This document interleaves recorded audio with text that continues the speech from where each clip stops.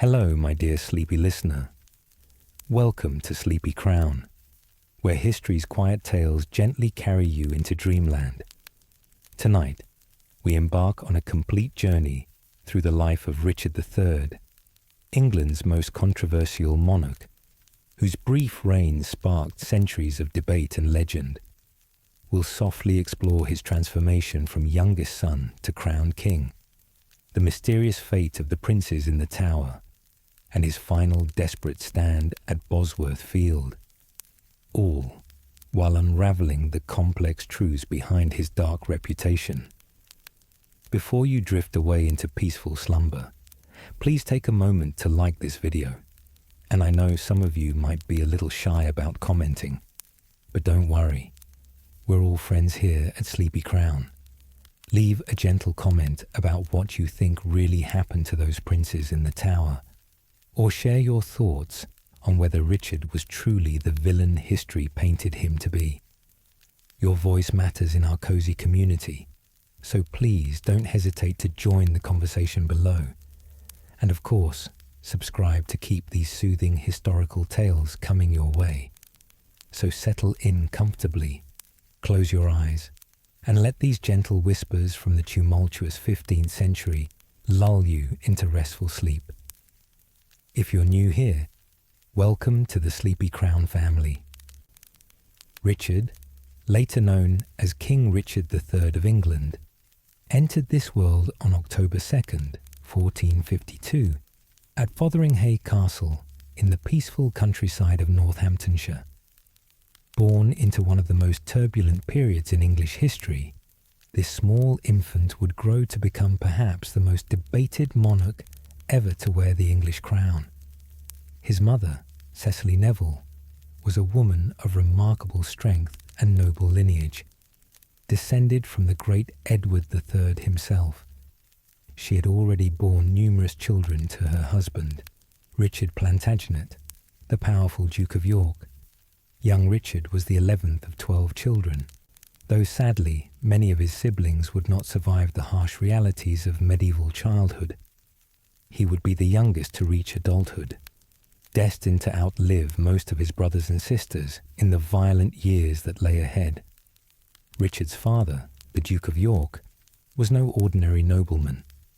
He was one of the wealthiest and most influential men in all of England, with vast estates stretching across the realm.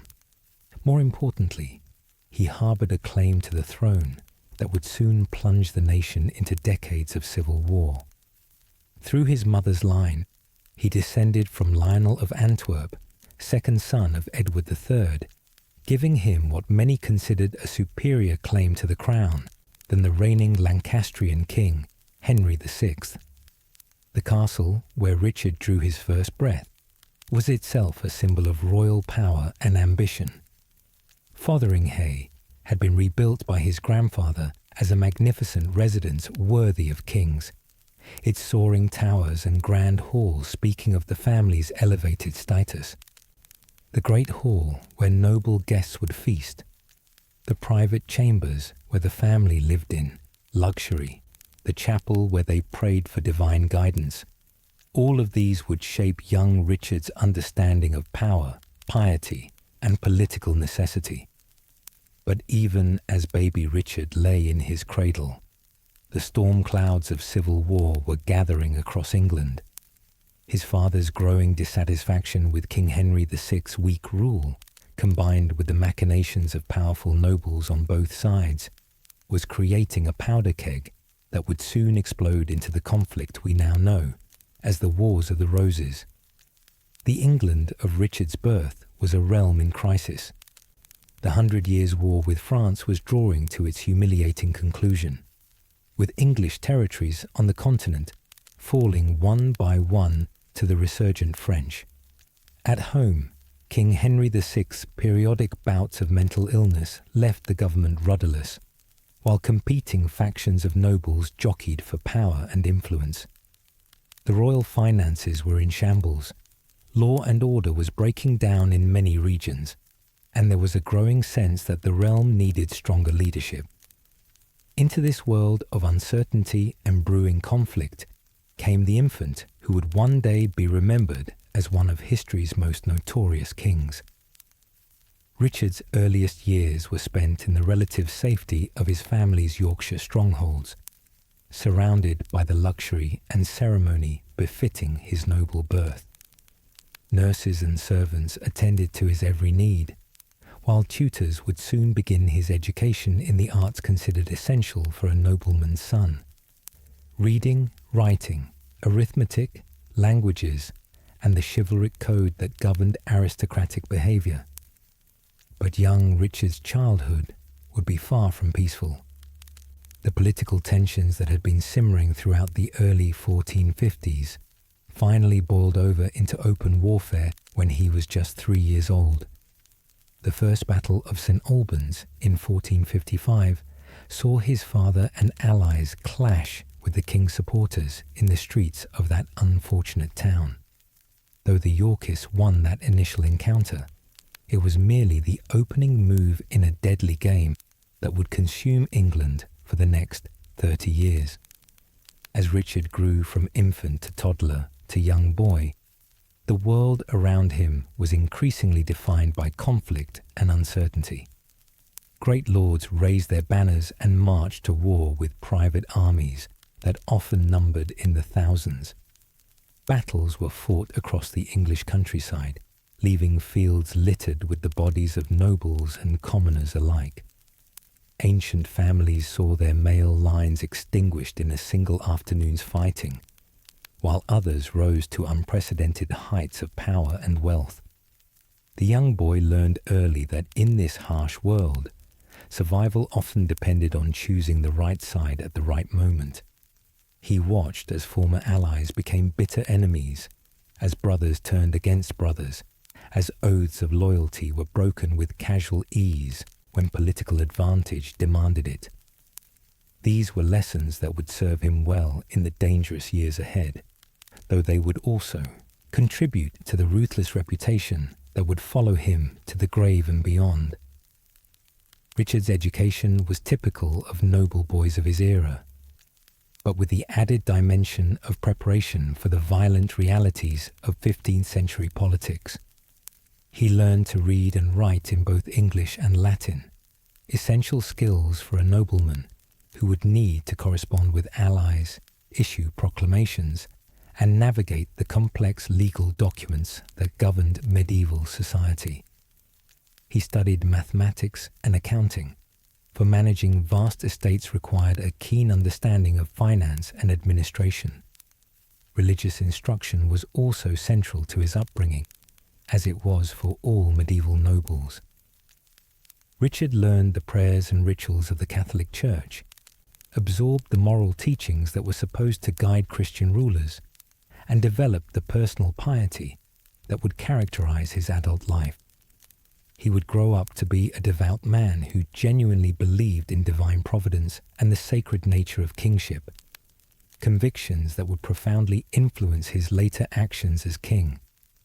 Physical training was equally important, for nobility in the 15th century was still fundamentally a warrior class. Richard learned to ride before he could properly walk, mastering the skills needed to control a destrier, the powerful warhorse that was essential for medieval combat. He practiced with sword and dagger, bow and crossbow, learning the arts of war that might one day save his life or win him a crown. But perhaps most importantly, Richard learned the subtle arts of politics and diplomacy that were just as crucial as military prowess for survival in the dangerous world of medieval nobility. He observed how his father negotiated with allies and enemies, how information was gathered and used, how loyalty was purchased and maintained, how appearance and ceremony could be wielded as weapons just as effectively as steel and iron. The boy, who would become Richard III, was shaped by this environment of constant danger and political maneuvering. He learned to read men's faces and intentions, to speak carefully and reveal little of his own thoughts, to strike quickly when opportunity presented itself, and to retreat gracefully when circumstances demanded it. These were the skills that would carry him from his precarious position as youngest son to the very pinnacle of power in England. As Richard approached his 7th birthday, the political situation in England was reaching another crisis point. His father's claims to the throne were becoming more openly expressed, while King Henry VI's government was increasingly ineffective in dealing with the mounting challenges facing the realm. The stage was being set for the next phase of the Wars of the Roses, a phase that would transform Richard's life forever and set him on the path toward his ultimate destiny as England's most controversial king. The year 1459 marked a turning point, not only in the Wars of the Roses, but in young Richard's life. He was just 7 years old when the simmering tensions between his father and King Henry VI finally erupted into open rebellion. The relative peace and security of his early childhood was about to be shattered, replaced by a world of exile, danger, and constant uncertainty that would shape his character for the rest of his life. The catalyst for this dramatic change came from an unexpected quarter. Richard Neville, Earl of Warwick, a man who would later earn the sobriquet the Kingmaker for his role in making and unmaking kings, had been using his position as captain of Calais to conduct what amounted to piracy in the English Channel. His ships attacked and plundered vessels belonging to foreign merchants, ostensibly to raise funds for the defence of England's last major continental possession, but in reality, to build a war chest for the coming conflict with the Lancastrian government. When Queen Margaret of Anjou, King Henry's formidable wife, ordered Warwick to appear before the Royal Council to answer for these activities, she set in motion a chain of events that would plunge England back into civil war. Warwick refused to come, correctly suspecting that he would be arrested and possibly executed for treason. Instead, he threw in his lot definitively with Richard's father, the Duke of York, and together they began preparing for armed rebellion against the crown. For young Richard, the first sign that his world was about to change came when his mother, Cecily Neville, made the difficult decision to move her younger children to what she hoped would be greater safety. The family's primary residence at Fotheringhay was too exposed, too close to potential Lancastrian forces that might seek to capture or harm the Duke of York's family. Instead, Richard and his siblings were relocated to Ludlow Castle in the Welsh Marches, a formidable fortress that had been a Yorkist stronghold for generations. Ludlow was a revelation for the 7-year-old Richard. Where Fotheringhay had been elegant and refined, built for comfort and display as much as defence, Ludlow was unmistakably a military installation. Its massive walls and towers spoke of centuries of conflict along the turbulent Welsh border. Its great hall had witnessed councils of war and the planning of military campaigns. Its armories housed enough weapons to equip a small army. Here, Richard encountered his first taste of military life in earnest.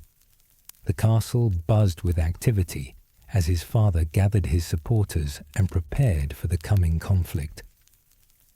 Knights and men-at-arms arrived daily, their colourful banners and heraldic devices turning the castle courtyards into a rainbow of feudal allegiance. Supplies were stockpiled, weapons were sharpened and distributed, horses were requisitioned and trained for battle.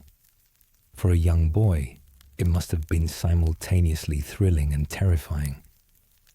The pageantry and ceremony of medieval warfare had an undeniable appeal. The glittering armour, the prancing war horses, the forest of lance points and fluttering pennons. But underneath the surface glamour lay the grim reality of what was to come. Men would die, families would be destroyed, and the very future of England would be decided by the clash of arms. Richard's father was not idle during these preparations. The Duke of York was a consummate politician as well as a capable military commander, and he understood that successful rebellion required more than just armed force. He needed to build a coalition of supporters, justify his actions to the wider realm, and present himself as the rightful claimant to the throne, rather than merely a rebel against lawful authority. The Duke's propaganda campaign was sophisticated for its time. Documents were circulated explaining his grievances against King Henry's government, emphasizing the corruption and incompetence that had led to military defeats in France and economic hardship at home. York portrayed himself not as a usurper seeking personal gain, but as a loyal subject forced into rebellion by the failures of those who had gained undue influence over the weak-minded king. Central to this justification was York's bloodline claim to the throne. Through his mother, Anne Mortimer, he could trace his descent back to Lionel of Antwerp, Duke of Clarence, the second son of Edward III. This gave him what many legal scholars considered a superior hereditary claim to the crown than the reigning Lancastrian dynasty, which descended from John of Gaunt, Edward III's third son. It was a complex genealogical argument, but one that carried real weight in an age when legitimacy derived from blood and birth rather than popular consent. Young Richard absorbed these lessons in political necessity and dynastic ambition. He watched as his father balanced the competing demands of different supporters, negotiated with wavering allies, and prepared for the possibility that negotiation might fail, and the issue would have to be settled by force of arms. These were masterclasses in the art of medieval statecraft, taught not in some scholar's study, but in the very real context of preparing for civil war. The autumn of 1459 brought the crisis to a head. King Henry VI, or rather, the Lancastrian nobles who controlled him, had assembled a substantial royal army and were marching west to confront the Yorkist rebels. The Duke of York, along with Warwick and their other allies, found themselves facing a choice between submission and battle. They chose to fight, but the encounter that followed at Ludford Bridge would prove to be a disaster for the Yorkist cause. The battle, such as it was, took place virtually on Richard's doorstep. Ludlow Castle dominated the small market town that bore its name, and from the battlements the young boy could likely see the two armies deploying for combat in the fields beyond. The sight must have been both magnificent and terrifying. Thousands of men in armour, their weapons glinting in the pale October sun, banners and standards marking the positions of the various lords and their retinues. But what should have been a glorious victory for the Yorkist cause instead turned into a humiliating rout. As the two armies faced each other across the battlefield, a significant portion of the Yorkist forces, veterans of the French wars who had been serving under Warwick at Calais, suddenly changed sides. Whether this was due to genuine loyalty to King Henry, bribery by Lancastrian agents, or simply a pragmatic assessment of which side was likely to win, the defection was catastrophic for York's chances. Faced with impossible odds, the Duke of York made the painful decision to abandon the field rather than see his forces annihilated in a hopeless battle. Under cover of darkness, he and his principal allies slipped away from Ludlow, leaving behind not only their army, but their families. It was a desperate flight that would scatter the Yorkist leadership across Europe and leave their loved ones at the mercy of the victorious Lancastrians. For Richard, now alone with his mother and siblings in Ludlow Castle, the aftermath of the battle must have been terrifying. The Lancastrian army occupied the town, and King Henry himself took up residence in the castle that had so recently been a Yorkist stronghold. The soldiers who just days before had been preparing to fight for Richard's father were now guarding him as a potential prisoner or hostage. The Lancastrian treatment of the defeated Yorkist stronghold was relatively restrained by medieval standards, but it was nonetheless a harsh introduction to the realities of civil war for young Richard. Property was confiscated, supporters were arrested or fled into exile, and the family that had dominated this region for generations was suddenly powerless and at the mercy of their enemies. King Henry VI, during his brief stay at Ludlow, reportedly showed kindness to the Duke of York's family, particularly the younger children, who could hardly be held responsible for their father's rebellion. This gesture of royal mercy made a strong impression on observers and was later remembered as evidence of Henry's fundamentally gentle nature. But for Richard, it was also a lesson in the capricious nature of political fortune, how quickly the mighty could fall and how completely their world could be overturned.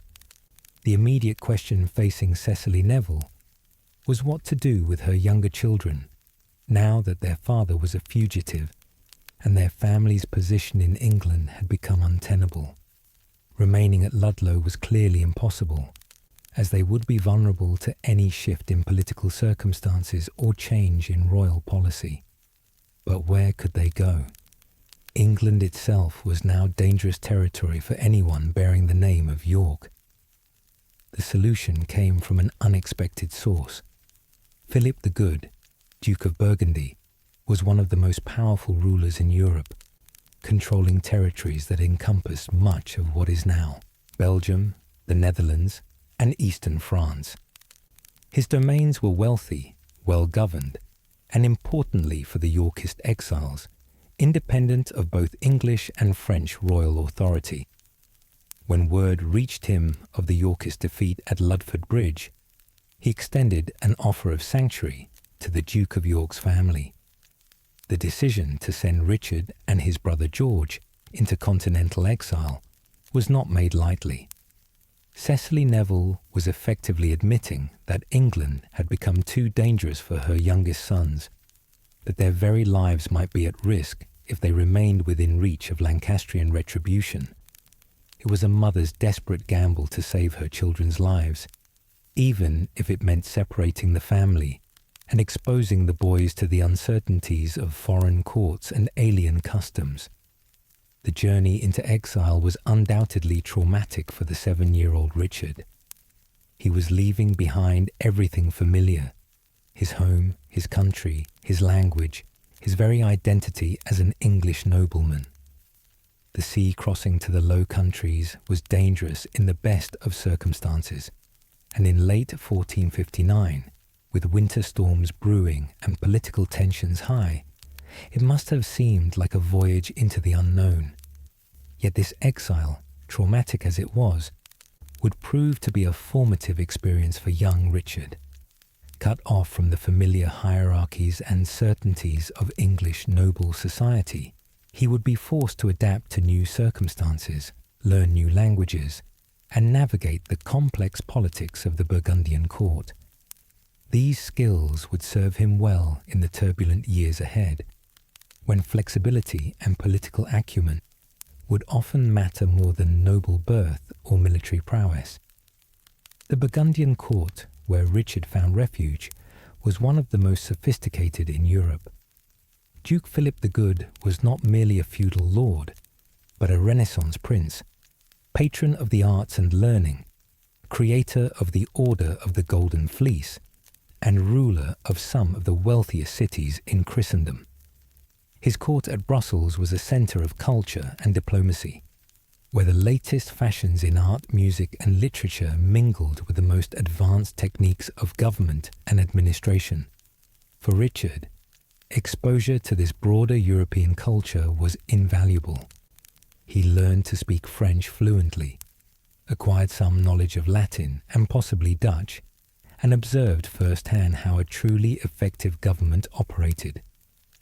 The Burgundian administrative system was far more sophisticated than anything in England, with professional bureaucrats, systematic record-keeping, an efficient collection of taxes and customs duties. But perhaps most importantly, Richard learned about the wider world of European politics during his Burgundian exile. He saw how the great powers of France, Burgundy, and the Holy Roman Empire maneuvered for advantage, how alliances were formed and broken, how warfare and diplomacy were used as complementary tools of statecraft. These lessons would prove invaluable when he later had to navigate the treacherous waters of English politics as both Duke and King. The exile also strengthened the bonds between Richard and his brother George, Duke of Clarence. Thrown together in a strange land, dependent on each other for companionship and support, the two boys developed a relationship that would profoundly influence both their lives. George was older and more assertive, with a charm and charisma that Richard seemed to lack, but Richard was more observant and perhaps more intelligent, with a keen eye for political nuance and human motivation. Their different personalities would later lead them into conflict, particularly over their respective marriages and inheritance claims. But during the dark days of exile, they were united by their shared displacement and their common hope of eventual return to England. They learned to rely on each other, to present a united front to the world, and to subordinate their individual interests to the greater cause of Yorkist restoration. As 1460 turned into 1461, news from England remained discouraging for the Yorkist exiles. King Henry's government had attainted the Duke of York and his principal supporters, formally declaring them traitors and confiscating their lands and titles. Parliamentary acts were passed strengthening Lancastrian control and punishing those who had supported the rebellion. It seemed as though the Yorkist cause was finished, its leaders scattered in exile and its supporters cowed into submission. But appearances were deceiving. The Lancastrian victory at Ludford Bridge had been complete, but not decisive. Many of the underlying problems that had driven men to support the Duke of York remained unresolved. The government was still weak and ineffective. The realm's finances were still in crisis, and the loss of France continued to rankle with those who remembered England's former greatness. More importantly, Richard Neville, Earl of Warwick, had escaped to his stronghold at Calais, where he commanded both a formidable fortress and a substantial military force. From this base, he could threaten English shipping, raid the coastal towns of southern England, and serve as a rallying point for continued Yorkist resistance. The war was far from over, and young Richard's exile would prove to be shorter than anyone might have expected.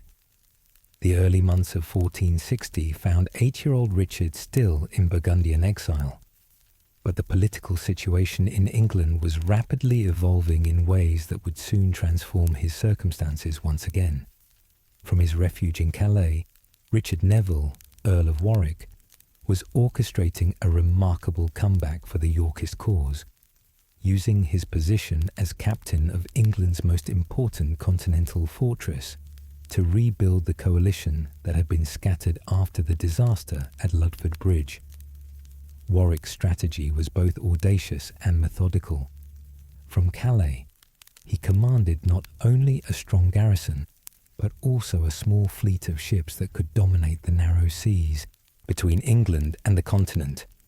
He used these naval forces to intercept merchant vessels, seize cargo that could fund his operations, and demonstrate to potential supporters that the Yorkist cause was far from dead. More importantly, he used his position to maintain communication with sympathizers in England and coordinate plans for a return that would catch the Lancastrian government off guard. The Earl's propaganda campaign was equally sophisticated. Documents circulated secretly throughout England, reminding readers of the Duke of York's legitimate claims to the throne and cataloguing the failures and corruptions of Henry VI's government. Warwick portrayed the Yorkist cause not as mere rebellion, but as a crusade to restore good governance and legitimate rule to a realm that had been mismanaged by incompetent advisors and foreign influence. Young Richard, sheltered in the Burgundian court, could only observe these developments from afar.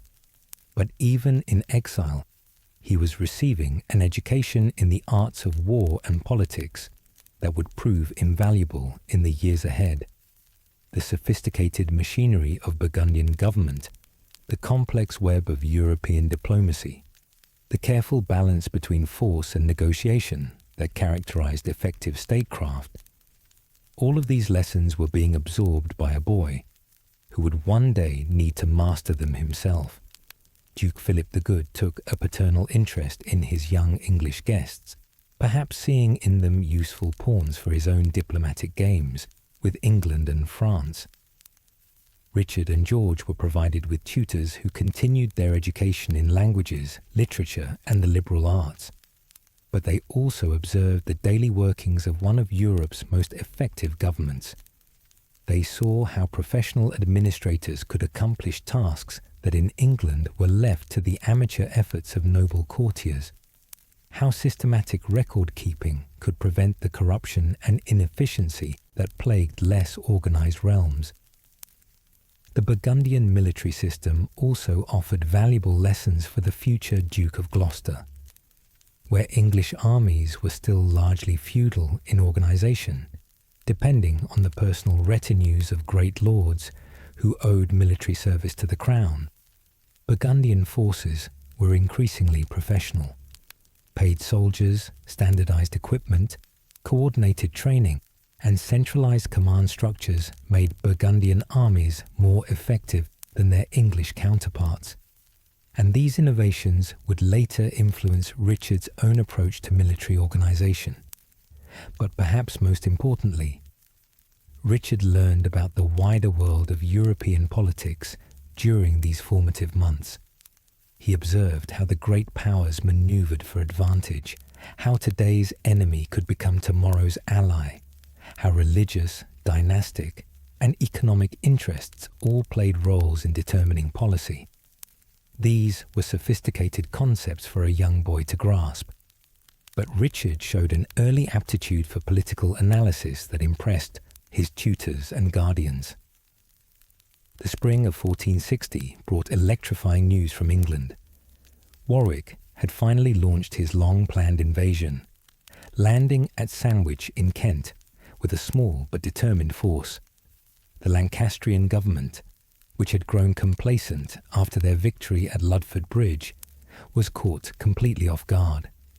Local support for the Yorkist cause proved to be much stronger than expected, and Warwick's army grew rapidly as it marched toward London. The capital city, always politically volatile and suspicious of royal authority, welcomed Warwick with enthusiasm. The merchants and craftsmen who dominated London's politics had little love for a government that had failed to protect English trade and had allowed the realm's finances to fall into chaos. They saw in Warwick a leader who might restore England's fortunes and their own prosperity. From London, Warwick moved quickly to consolidate his position. He released prominent Yorkists who had been imprisoned after Ludford Bridge, seized control of the royal administration, and began issuing proclamations in his own name and that of the Duke of York. Most importantly, he prepared to intercept King Henry VI, who was travelling south with a small entourage, apparently unaware of how completely the political situation had changed. The encounter came at Northampton in July 1460, and it proved to be a decisive moment in the Wars of the Roses. Warwick's forces, augmented by supporters who had flocked to his banners during the march from London, confronted the hastily assembled royal army in what should have been a closely contested battle. Instead, the engagement turned into a rout when several Lancastrian commanders either changed sides or simply withdrew their forces from the field. King Henry VI himself was captured during the battle, a development that transformed the entire political landscape of England. With the king in Yorkist hands, Warwick could claim to be acting with royal authority, suppressing rebellion rather than leading one. The legal and constitutional implications were profound, for whoever controlled the king's person could, in theory, exercise royal power in his name. News of the victory at Northampton reached the Burgundian court within days, carried by fast ships and eager messengers. For young Richard and his brother George, it must have seemed like a miraculous deliverance. Their father's cause, which had appeared hopeless just months earlier, was suddenly triumphant. The king was prisoner, London was under Yorkist control, and their exile appeared to be nearing its end. But the Duke of York himself remained in Ireland, where he had been building his own base of support among the Anglo-Irish nobility. His absence from Warwick's triumph was both strategic and symbolic. Strategic because it allowed him to maintain plausible deniability about the Earl's actions.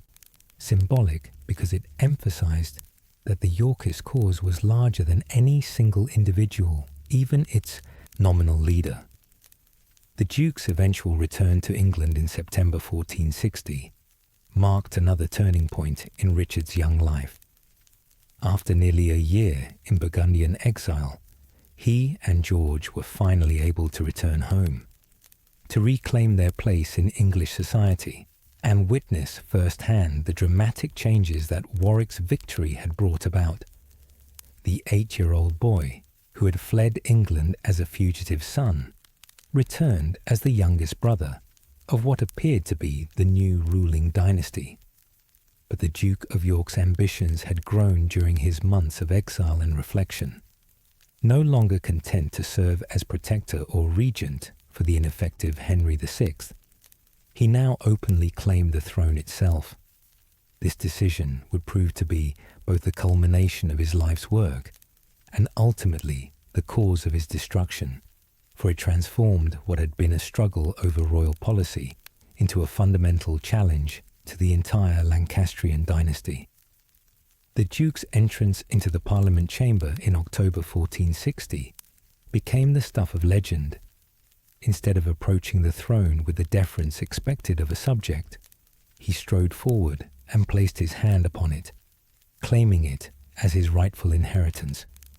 The gesture was calculated to shock, and it succeeded beyond his wildest expectations. Even his own supporters were taken aback by the boldness of the claim, while his enemies were galvanized into more determined resistance. For young Richard, watching from the gallery reserved for the nobility's families, this moment must have been both thrilling and terrifying. His father was claiming not merely political power, but royal dignity itself, asserting that the blood of kings flowed in Richard's own veins. It was a claim that would define the rest of his life, justifying everything he would later do in pursuit of what he came to see as his rightful inheritance. The parliamentary debate that followed was complex and contentious. York's claim was based on his descent from Lionel of Antwerp, Duke of Clarence, second son of Edward III, while the Lancastrian title derived from John of Gaunt, the third son. In strict terms of primogeniture, York's claim appeared superior, but it came through the female line, and there were legal precedents that seemed to favour male inheritance even from a junior branch. The compromise that eventually emerged, the Act of Accord, attempted to split the difference between the competing claims. Henry VI would remain king for the remainder of his life, but upon his death, the crown would pass to the Duke of York and his heirs rather than to Henry's son, Edward of Westminster. It was an elegant solution in legal terms, but it satisfied no one completely and left the fundamental conflict unresolved. For Richard, the Act of Accord had profound personal implications. If the agreement held, he would someday be brother to a king, possibly even heir to the throne himself if his older brothers died without male issue. The precarious position of a younger son in a noble family was suddenly transformed into something approaching a place in the royal succession. It was a dizzying change of fortune for a boy who had been in exile just months earlier. But Queen Margaret of Anjou had no intention of allowing her son to be disinherited without a fight.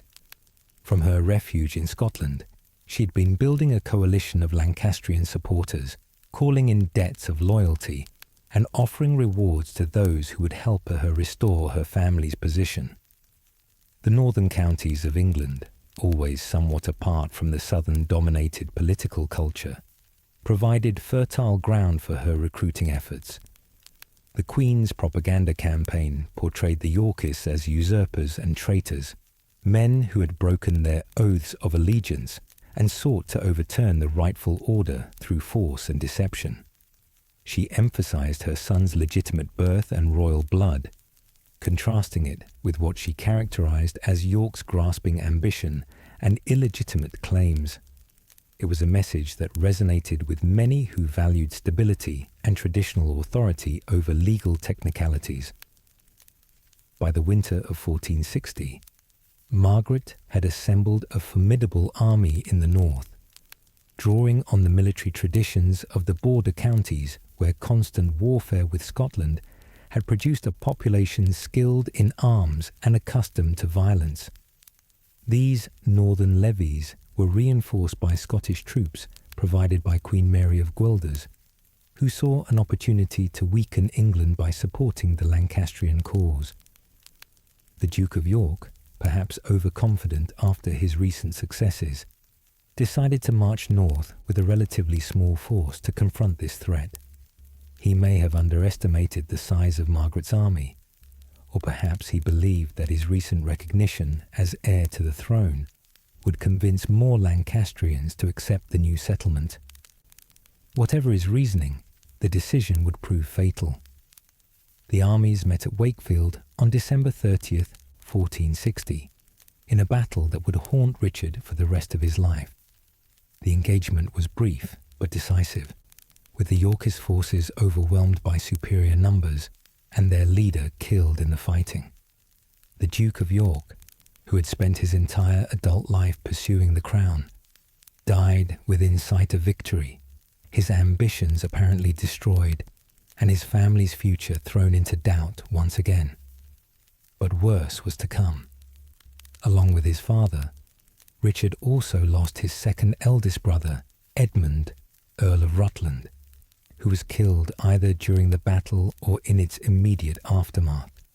The 17-year-old youth had been one of Richard's closest companions, a bridge between the boy and his much older brothers Edward and George. His death was both a personal tragedy and a political disaster, removing another potential heir and leaving the Yorkist cause more vulnerable than ever. The news of Wakefield reached Richard at the family's London residence, where he had been continuing his education and gradually adapting to his new status as brother to the heir apparent. The shock of losing both father and brother in a single day must have been overwhelming for the 8-year-old boy. In the space of a few hours, he had gone from being the youngest son of the future king to being an orphaned member of a family that once again faced exile or extinction. The immediate aftermath of Wakefield saw the Yorkist cause in complete disarray. Edward, now Duke of York and head of the family, was in the Welsh marches raising troops and seemed too far away to prevent a complete Lancastrian restoration. Warwick, the architect of the previous year's victories, was frantically trying to assemble forces to defend London against Margaret's advancing army. The political settlement that had seemed so secure just weeks earlier was crumbling with frightening speed. For Richard and his surviving family members, the situation was desperate.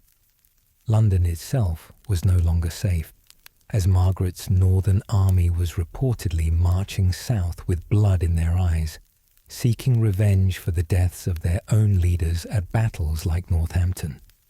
Stories circulated of atrocities committed by the northern soldiers, of churches looted and civilians murdered, of a savage force that recognized no rules of civilized warfare.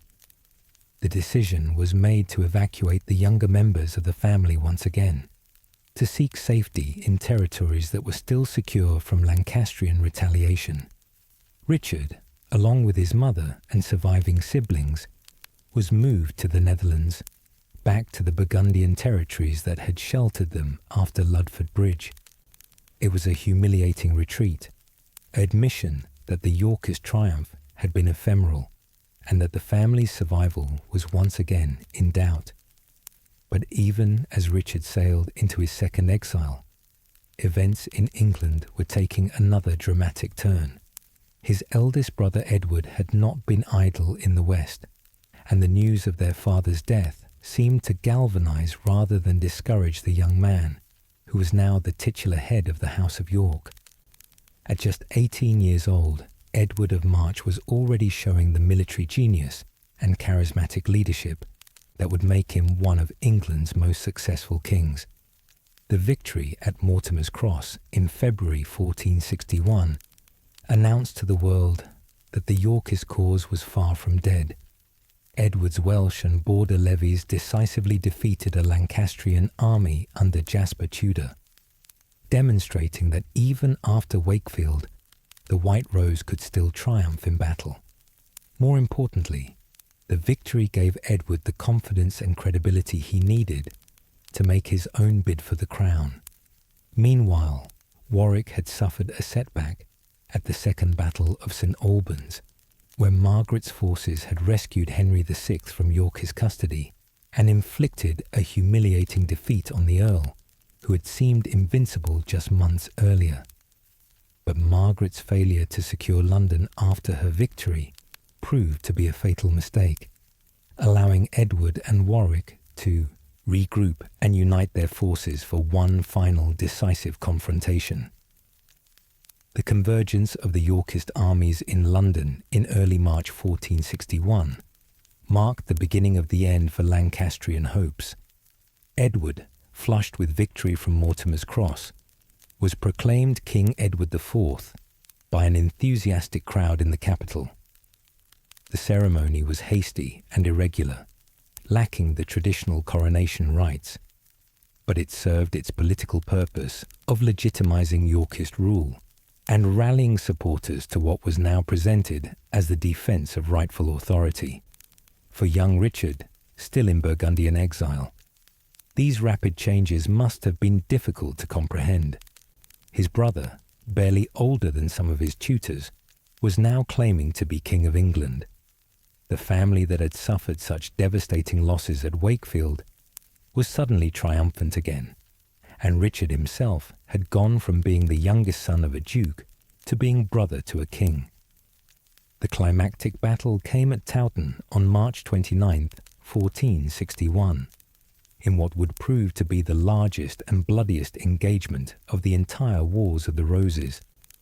Contemporary estimates suggest that as many as 50,000 men took part in the fighting, representing a significant portion of England's adult male population.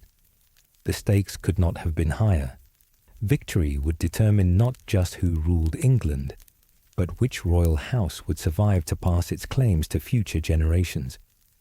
The battle was fought in appalling conditions, with snow and wind hampering visibility and making the already difficult task of medieval battlefield coordination nearly impossible. For hours, the outcome hung in the balance as the two massive armies clashed along a front that stretched for miles across the Yorkshire countryside. Men fought with desperate fury, knowing that defeat might mean not just death, but the extinction of their cause and the forfeiture of their families' fortunes. Edward IV's victory at Towton was complete and decisive.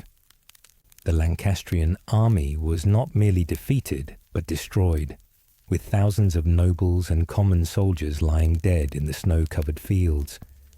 Henry VI, Margaret of Anjou, and their son Edward of Westminster fled north to Scotland, their cause apparently hopeless, and their dynasty seemingly at an end. The aftermath of Towton transformed the political landscape of England and Richard's personal circumstances with equal thoroughness. The Yorkist triumph was so complete that resistance appeared futile, and former Lancastrian supporters began the delicate process of making their peace with the new regime.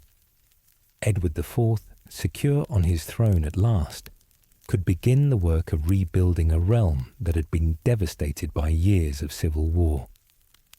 For Richard, now 9 years old, Towton meant an end to his second exile and a return to an England where his family name commanded respect and fear, rather than pity and contempt. The journey from the Burgundian court to London must have been a triumphant procession, with the boy who had been a refugee now returning as brother to the king. The change in his circumstances was so dramatic as to be almost beyond belief. The coronation of Edward IV in June 1461 was a magnificent spectacle designed to demonstrate the stability and legitimacy of the new regime. Richard played his part in the ceremonies, receiving the title of Duke of Gloucester and taking his place among the great nobles of the realm. At 9 years old, he was one of the youngest dukes in English history, elevated to a rank that would have been unthinkable for a younger son under normal circumstances. But Richard's education was far from complete. Edward IV, despite his youth and the irregular circumstances of his accession, proved to be a shrewd judge of character and political necessity. He recognized that his youngest brother would need careful preparation if he was to play a useful role in the New York estate, and he made arrangements for Richard's continued education that would prove to be fateful for both brothers. The decision to place Richard in the household of Richard Neville, Earl of Warwick, was logical from several perspectives. Warwick was Edward's most important ally, the man whose military genius and political acumen had made Yorkist victory possible. His northern strongholds were secure from Lancastrian retaliation, making them safe places for the king's brother to complete his education.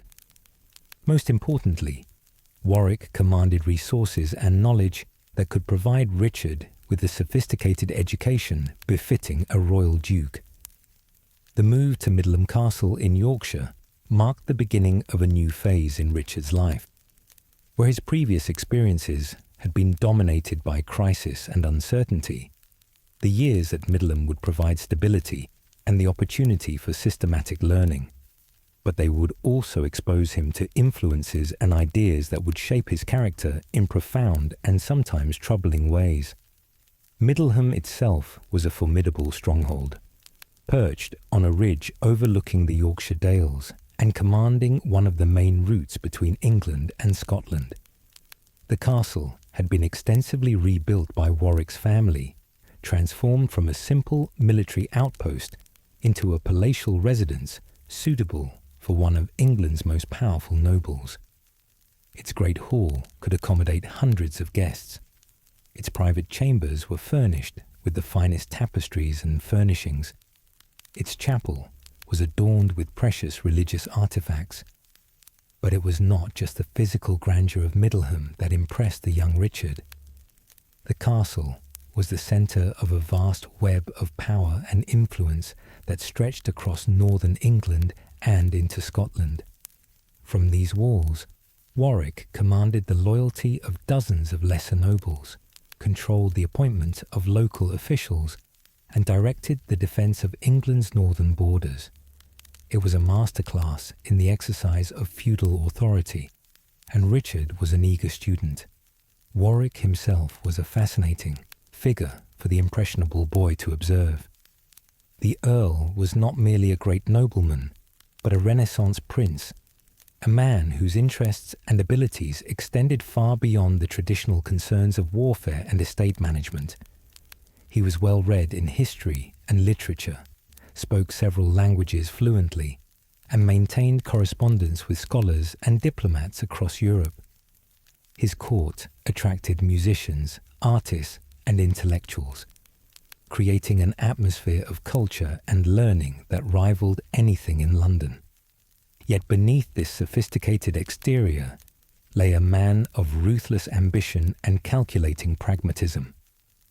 Warwick had not earned his sobriquet of the Kingmaker through gentleness or mercy, but through his willingness to use any means necessary to achieve his political objectives.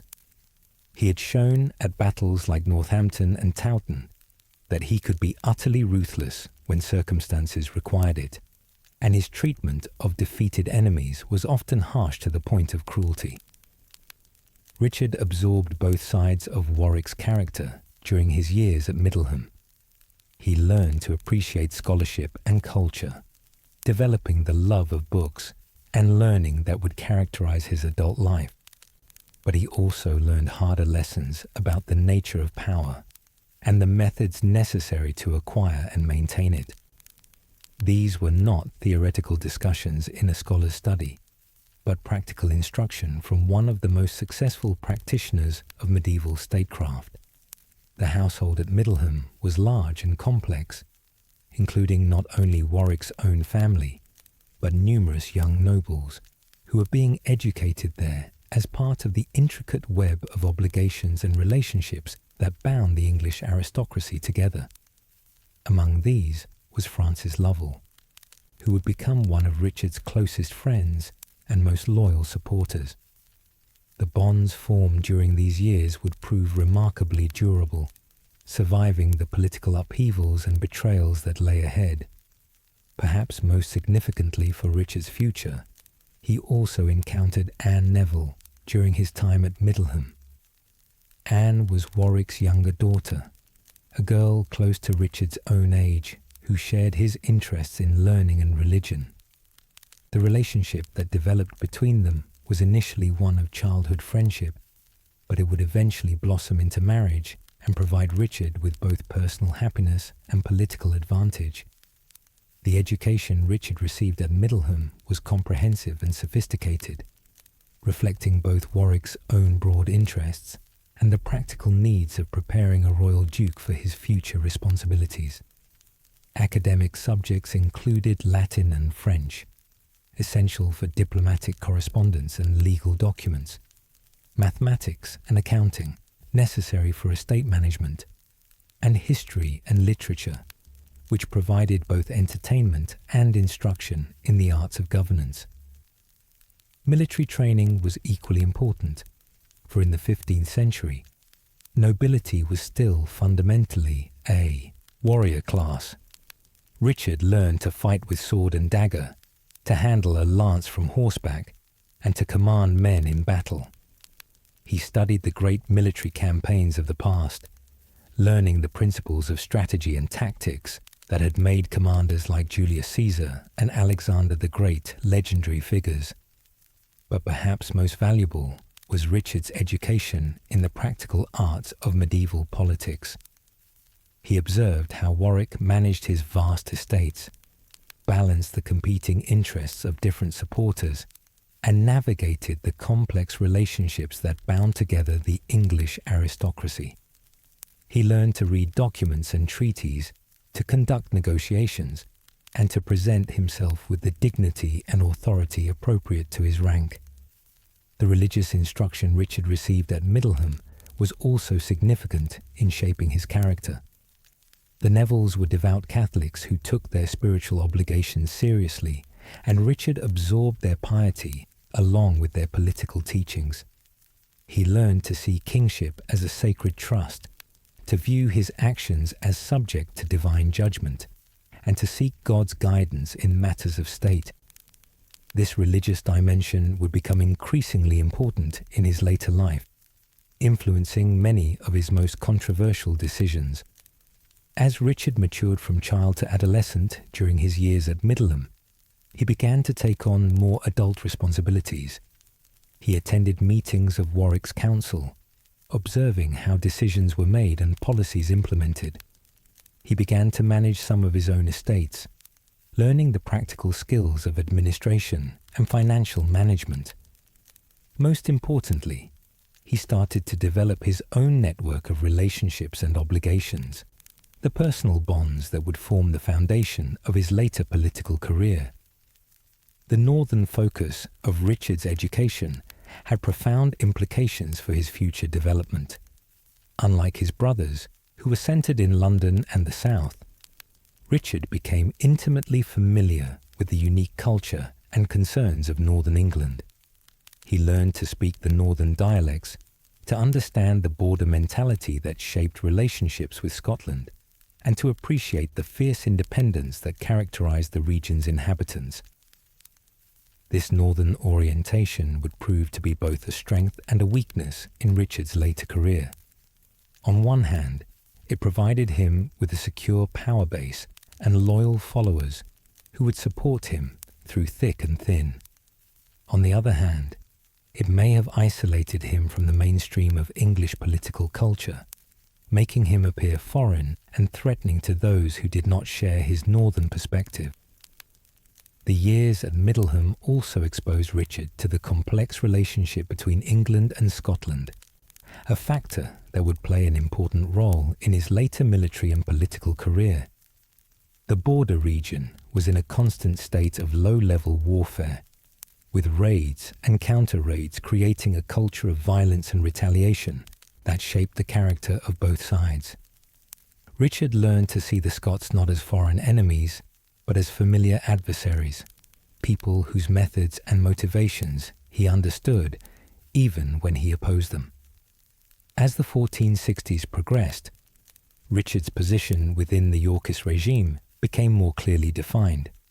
He was not merely the king's youngest brother, but a valuable asset in his own right, a young man whose education and abilities suited him for important responsibilities. Edward IV began to give him more significant tasks, testing his judgment and preparing him for the day when he would assume full adult responsibilities. But even as Richard was developing into a capable and promising young nobleman, the political situation in England was becoming increasingly complex and dangerous. The victory at Towton had secured Edward's throne, but it hadn't resolved the underlying tensions that had caused the Wars of the Roses in the first place. Lancastrian pretenders still lurked in exile, ready to exploit any weakness in the Yorkist regime. More ominously, divisions were beginning to appear within the Yorkist coalition itself, as different factions pursued their own interests and ambitions. The most serious of these divisions involved Warwick himself, the man who had been Richard's mentor and patron during these crucial formative years. The Earl's relationship with King Edward was becoming strained over questions of foreign policy, marriage alliances, and the distribution of royal favour. These tensions would eventually explode into open conflict, forcing Richard to choose between his loyalty to his royal brother and his gratitude to the man who had shaped his character and capabilities. But for now, in the peaceful halls of Middleham Castle, such troubles seemed distant and manageable. Richard was growing into a capable young man, well-educated and well-connected, apparently destined for a distinguished career in service to his brother's crown. The boy, who had been born the youngest and least significant son of the Duke of York, was becoming someone who mattered in his own right, someone whose decisions and actions could influence the fate of kingdoms. The late 1460s brought profound changes to Richard's world, as the political settlement that had seemed so secure after Towton began to crack under the pressure of competing ambitions and conflicting visions for England's future. At the centre of this brewing storm was the deteriorating relationship between King Edward IV and Richard Neville, Earl of Warwick, the very man who had been Richard's mentor and surrogate father during his formative years at Middleham Castle. The seeds of conflict had been planted as early as 1464, though their significance would not become apparent for several years. The catalyst was Edward's secret marriage to Elizabeth Woodville, a widow of modest noble birth, whose family lacked the international connections and political weight that Warwick believed essential for royal matrimony. The Earl had been negotiating a marriage alliance with France, hoping to secure diplomatic advantages and peaceful relations with England's traditional enemy.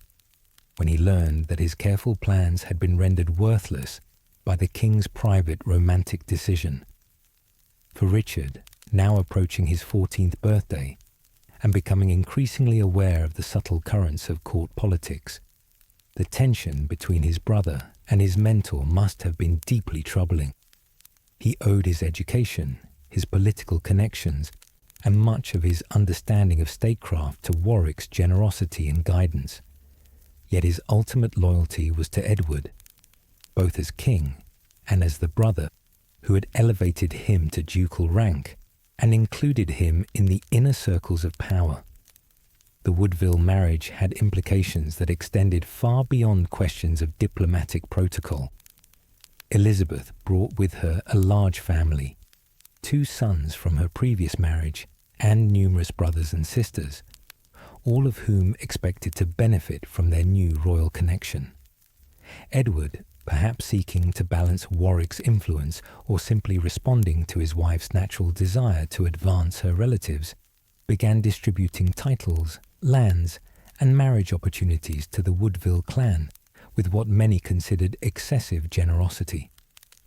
From Warwick's perspective, this represented more than just political favoritism. It was a fundamental threat to the careful balance of power that had made Yorkist rule stable and effective.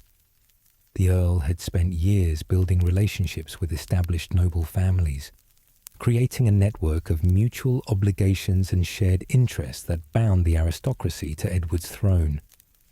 The sudden elevation of the Woodvilles threatened to disrupt this delicate ecosystem, potentially alienating allies whose support was essential for long-term stability. Richard, observing these developments from his unique position as both royal brother and Neville protégé, began to develop the political instincts that would serve him throughout his career. He learned to read the subtle signs of courtly displeasure, the barely perceptible slights, the careful omissions in ceremonial precedents, the coded language of diplomatic correspondence. These were skills that no tutor could teach, but that were essential for survival in the treacherous world of medieval court politics. The situation became more complex with the emergence of Richard's middle brother, George, Duke of Clarence, as a significant political actor in his own right. George was 3 years older than Richard and had inherited much of their father's charisma and ambition, along with a dangerous combination of pride and instability that would ultimately prove his downfall. Unlike Richard, who had been sent north to Warwick's care, George had remained closer to court and had developed his own relationships and rivalries within the Yorkist establishment. George's ambitions focused particularly on marriage, for in the 15th century, a strategic marriage could transform a nobleman's political position overnight. He had set his sights on Isabel Neville, Warwick's elder daughter, and one of the most desirable heiresses in England. Such a match would cement the alliance between the royal family and the Nevilles, while providing George with access to the vast Warwick inheritance. It seemed like a natural arrangement, beneficial to all parties concerned. But Edward IV had his own plans for his brothers' marriages, plans that took account of broader diplomatic and political considerations rather than merely family advantage. The king viewed marriage as a tool of statecraft, a means of cementing alliances and securing loyalty that was too important to be left to personal preference or family ambition. When George pressed for permission to marry Isabel Neville, Edward refused, apparently believing that such a match would give Warwick too much influence over the royal family. For Richard, these family tensions created an uncomfortable situation that would only worsen as the crisis deepened. His loyalty to Edward was unquestionable, but his affection and gratitude toward Warwick were equally genuine. He had spent his most formative years in the Earl's household, absorbing not only knowledge and skills, but also values and perspectives that shaped his worldview. The prospect of having to choose between these competing loyalties must have been agonizing for the young Duke. The political crisis that had been brewing since the Woodville marriage finally erupted into open conflict in 1469, when Warwick and George made their move against Edward's government. The Earl's grievances had multiplied over the years. Diplomatic humiliations, the loss of influence at court, the king's apparent ingratitude for past services. George's frustrations centred on his thwarted marriage plans and his belief that Edward was favouring the Woodvilles over his own brothers. The rebellion began in the north, Warwick's traditional stronghold, where local grievances about taxation and governance provided a ready-made excuse for armed resistance. The Earl's propaganda portrayed the uprising as a movement to restore good government and remove the evil councillors who were allegedly misleading the king. It was a familiar theme in medieval politics, allowing rebels to claim loyalty to the crown while attacking those who actually exercised royal authority. Richard faced the most difficult decision of his young life when called upon to choose sides in this conflict. On one hand stood his brother the king, the head of his family and the source of his titles and position.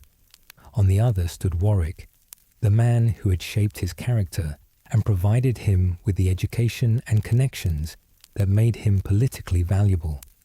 The choice would define not only his immediate future, but his entire subsequent career. In the end, Richard chose Edward, but the decision cannot have been easy or comfortable.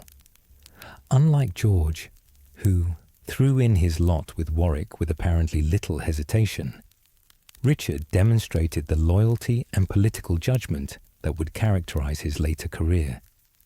He understood, perhaps more clearly than his brother George, that family solidarity was essential for the survival of the Yorkist dynasty, and that personal grievances could not be allowed to override dynastic interests. The military campaign that followed Richard's decision was brief but decisive in shaping his future development.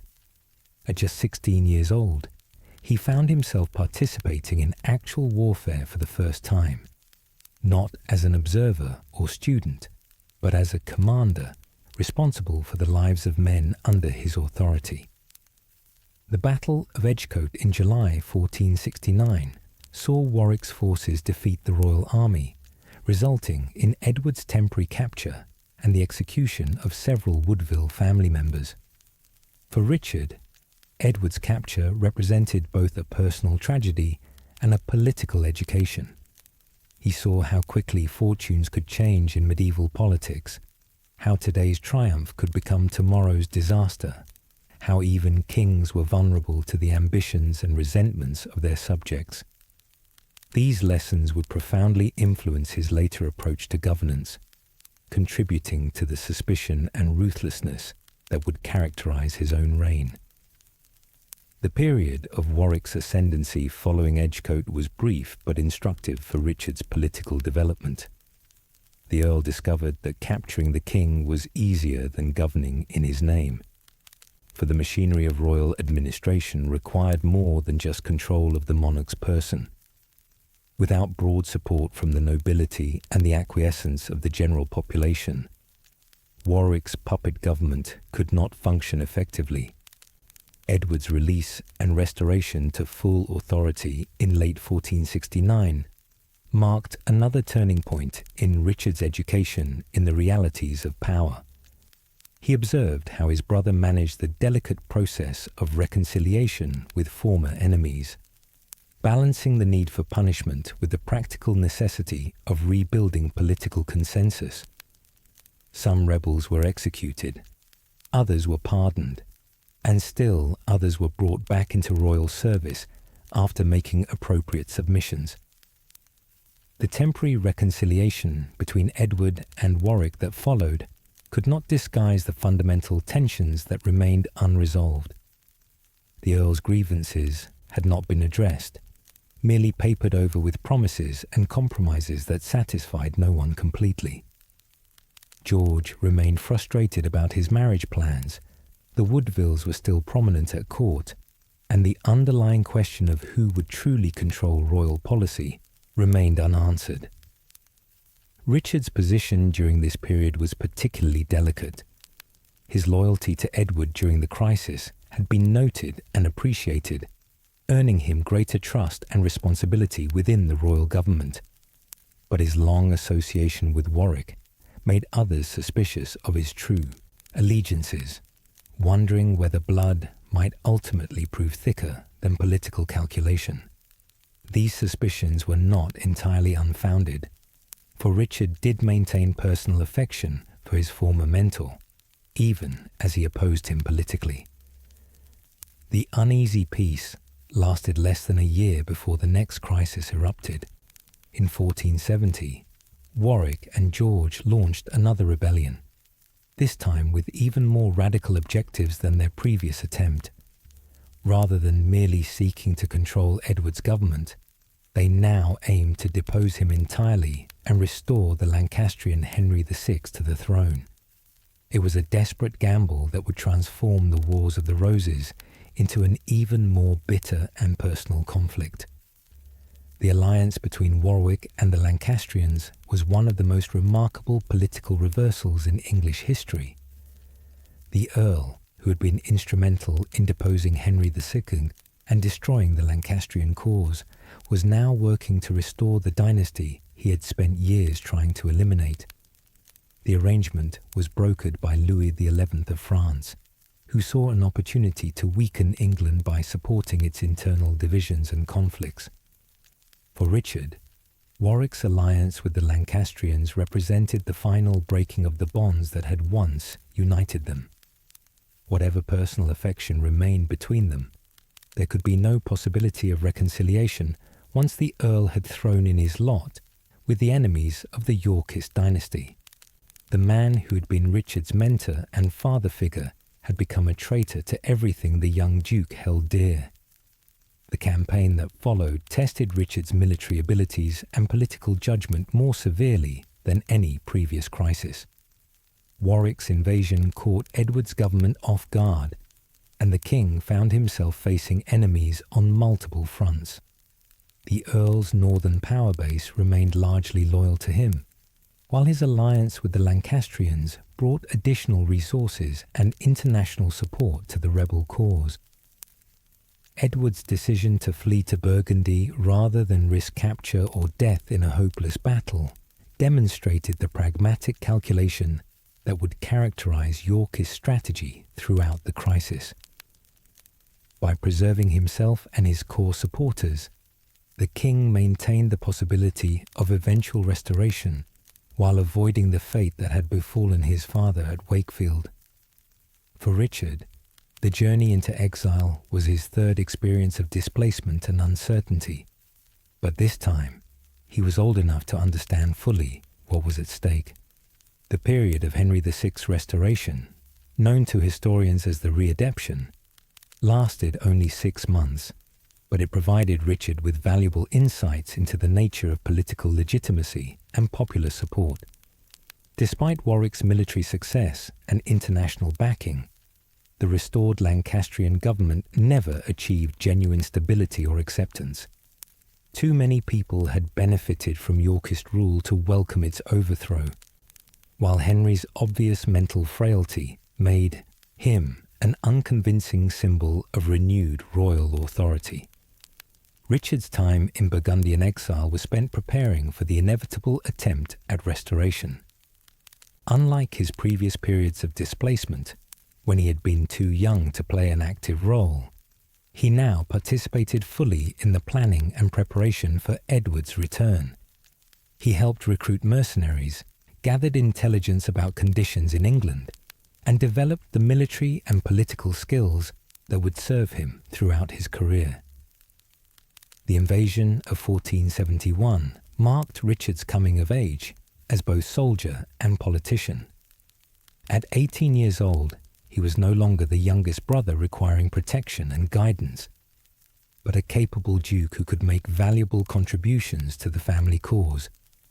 His performance during the campaign would establish his reputation as a military commander and demonstrate the loyalty that would make him Edward's most trusted supporter. The landing at Ravenspurn in Yorkshire was deliberately chosen to echo Henry Bolingbroke's successful invasion of 1399, when another exile had returned to claim the English throne. Like Bolingbroke, Edward initially claimed to be seeking only his ducal inheritance rather than the crown itself, a legal fiction that allowed potential supporters to join him without immediately committing treason against the reigning monarch. Richard's role in the march from Yorkshire to London showcased his growing political sophistication. He helped negotiate with wavering nobles, managed the logistics of moving an army across hostile territory, and served as his brother's representative in the delicate discussions that gradually swung support back to the Yorkist cause. These skills in persuasion and coalition building would prove essential in his later career. The reconciliation with George, Duke of Clarence, was perhaps the most crucial moment in the entire campaign. George's defection back to the Yorkist side eliminated one of the main pillars of Warwick's support, while providing Edward with additional troops and legitimacy. Richard played a key role in negotiating this reconciliation, demonstrating both his diplomatic abilities and his understanding of family dynamics. The Battle of Barnet on April 14, 1471, was Richard's first major military engagement and a decisive moment in his personal development. Fighting alongside his brothers against the man who had been his mentor and patron, he demonstrated both courage in combat and loyalty to his family. Warwick's death in the battle eliminated one of the most formidable figures in 15th century politics, while removing any possibility of future reconciliation between the Earl and the Yorkist dynasty. For Richard, Warwick's death must have been a moment of mixed emotions. The man who had shaped his character and provided him with essential education and connections was now lying dead on the battlefield, killed by soldiers fighting under Richard's own banners. It was a harsh lesson in the ultimate consequences of political miscalculation and the price of betraying one's natural allegiances. The follow-up campaign that culminated in the Battle of Tewkesbury continued Richard's military education while demonstrating his growing importance within the Yorkist command structure. Edward entrusted him with independent command of part of the army, a mark of confidence that reflected both Richard's proven abilities and the king's recognition that his youngest brother had become a valuable military asset. The destruction of the remaining Lancastrian forces at Tewkesbury and the subsequent death of Henry VI in the Tower of London marked the end of serious opposition to Edward's rule and the beginning of a new phase in Richard's career. No longer the youngest brother in need of protection and guidance, he was now a proven military commander and trusted political advisor who could expect to play an important role in governing the realm. The rewards that Edward bestowed on Richard after the successful restoration reflected both royal gratitude and practical political calculation. The grant of Warwick's forfeited estates in the north made Richard one of the wealthiest nobles in England, while providing him with a secure power base from which to serve royal interests. It was a transformation that few could have predicted when the frightened 8-year-old boy first arrived at Middleham Castle a decade earlier. But along with wealth and power came responsibility and the constant awareness that political fortune could change with startling speed. Richard had seen how quickly Warwick's position had collapsed once he lost royal favour, how former allies could become deadly enemies, how today's triumph could become tomorrow's disaster. These lessons would profoundly influence his approach to governance and his relationships with potential rivals in the years ahead. The breaking of his bonds with Warwick had been painful, but necessary for Richard's political survival and dynastic loyalty. In choosing Edward over his former mentor, he had demonstrated the kind of hard-headed pragmatism that would characterize his entire career. Personal affection and gratitude could not be allowed to override political necessity when the survival of the Yorkist dynasty was at stake. As Richard settled into his new role as one of the most powerful nobles in northern England, he carried with him the complex legacy of his relationship with Warwick. The Earl's teachings about statecraft, military command, and political calculation had been invaluable, but his ultimate betrayal had provided equally important lessons about the dangers of divided loyalty and the paramount importance of family solidarity in the brutal world of medieval politics. The years following Edward IV's restoration in 1471 marked the beginning of Richard's most successful and, by most accounts, happiest period. At 19 years old, he was no longer the dependent younger brother, but a formidable duke in his own right, master of vast estates in northern England, and one of his brother's most trusted advisors. The traumatic experiences of his youth, the exiles, the betrayals, the constant uncertainty, had forged him into a capable leader who understood both the rewards and the responsibilities of power. The foundation of Richard's northern dominion was the vast Neville inheritance that Edward IV had granted him after Warwick's death at Barnet. These lands stretched across Yorkshire, Cumberland, and Westmoreland, encompassing some of the richest agricultural areas in northern England, as well as strategically important castles and towns. The estates came with not only immense wealth, but also the loyalty of thousands of tenants, retainers, and local officials who had served the Neville family for generations.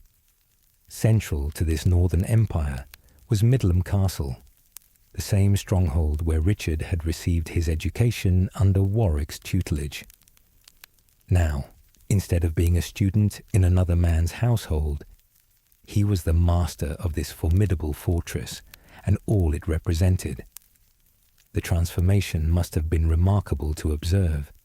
The boy, who had once depended on Warwick's generosity, was now the inheritor of the Earl's power and position, wielding authority that extended across much of northern England. Richard's approach to governing his northern domains revealed the lessons he had learned during his years at Middleham. Like Warwick before him, he understood that effective lordship required more than just legal authority. It demanded personal relationships, mutual benefit, and the careful balance of competing interests. He retained many of the officials and retainers who had served the Nevilles, recognizing that their local knowledge and established connections were more valuable than their previous loyalty to his enemies. The marriage that formalized Richard's claim to the Neville inheritance was both personally satisfying and politically astute. His union with Anne Neville, Warwick's younger daughter, represented the culmination of a relationship that had begun during their childhood years at Middleham. Anne had been married briefly to Edward of Westminster, the Lancastrian prince who died at Tewkesbury, making her both a widow and one of the wealthiest heiresses in England when she wed Richard in 1472. The wedding itself was a magnificent affair that demonstrated Richard's new status and helped cement his position in northern society. Nobles came from across England to witness the ceremony, while local communities celebrated the marriage of their new lord. For the people of Yorkshire and the surrounding counties, Richard's marriage to Anne represented continuity with the Neville past, while promising stability under Yorkist rule. But the marriage also created immediate complications with Richard's brother George, Duke of Clarence, who had married Anne's sister Isabel and believed himself entitled to the entire Neville inheritance. The dispute that followed revealed the sharp edge of ambition that lay beneath the surface of fraternal affection in the royal family.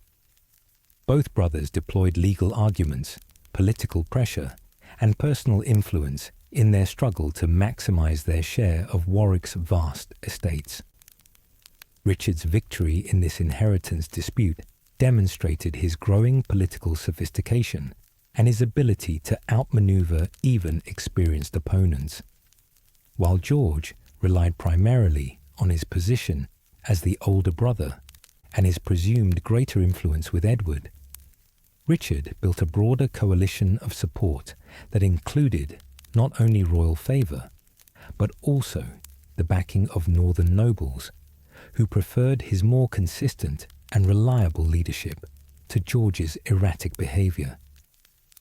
The resolution of the Neville inheritance established Richard as the dominant figure in northern England, but it also revealed the calculating nature that would characterise his approach to power throughout his career. His willingness to deprive Anne's mother, the Countess of Warwick, of her rightful inheritance showed that sentiment and family feeling would not prevent him from pursuing his interests when circumstances required it. With his position secure and his resources vast, Richard began the process of building the most effective regional government in England. Drawing on both his Middleham education and his observations of Burgundian administrative methods, he created a system that combined feudal loyalty with bureaucratic efficiency. His council at Middleham functioned almost like a shadow royal government, with specialised departments handling everything from military affairs to judicial administration. The key to Richard's success as a regional ruler was his understanding that effective government required more than just the application of force or the exercise of legal authority. He cultivated personal relationships with the local gentry, the merchant classes of northern towns, and even the common people who worked his lands. His reputation for fair dealing and accessible justice made him genuinely popular in a way that few medieval nobles achieved. Richard's judicial role was particularly important in establishing his reputation as a capable and fair ruler. As the king's representative in the north, he held regular courts where disputes could be resolved and justice administered.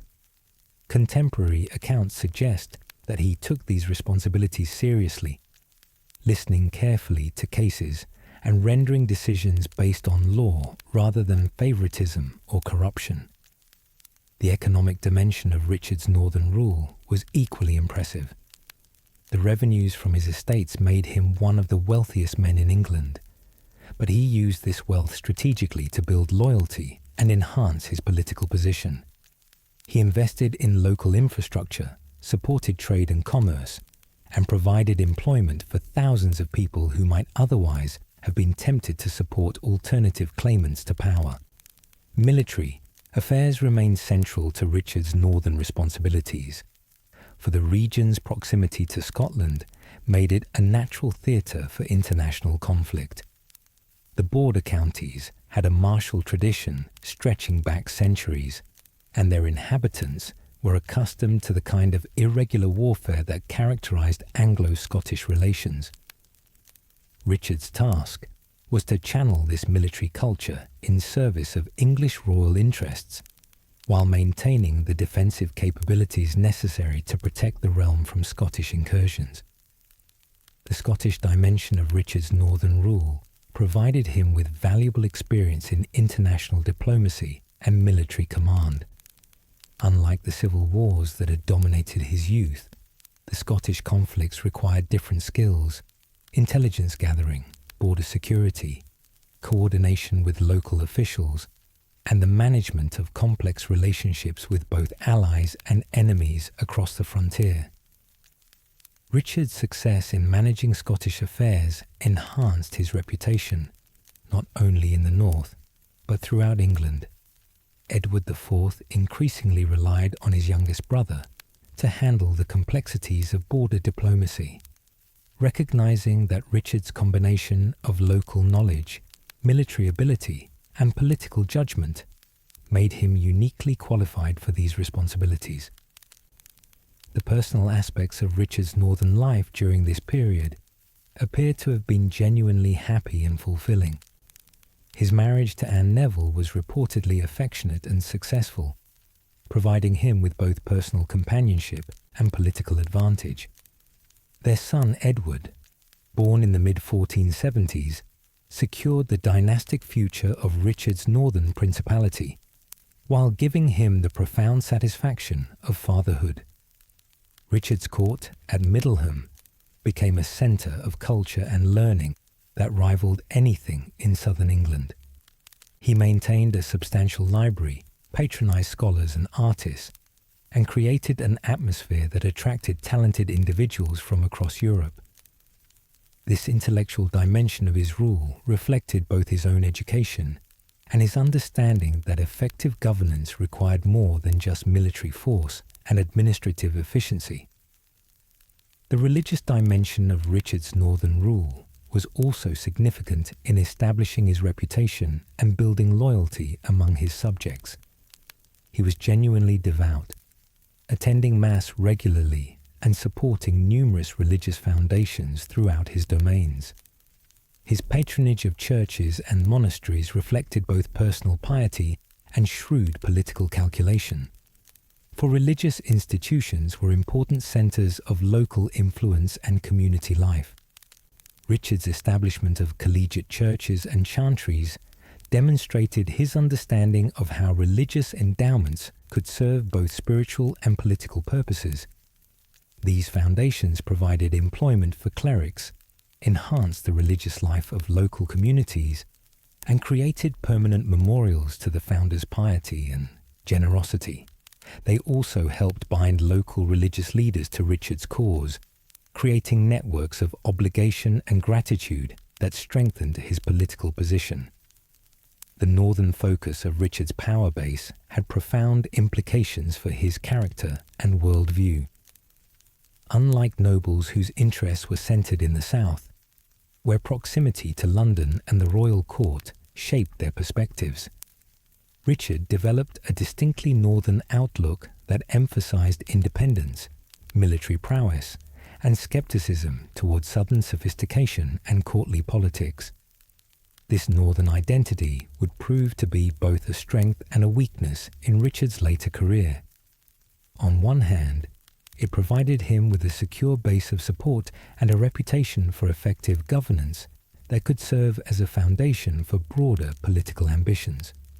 On the other hand, it may have isolated him from the mainstream of English political culture, making him appear foreign and threatening to those who did not share his regional perspective. The military dimension of Richard's northern rule provided him with valuable experience in command and strategy that would serve him throughout his career.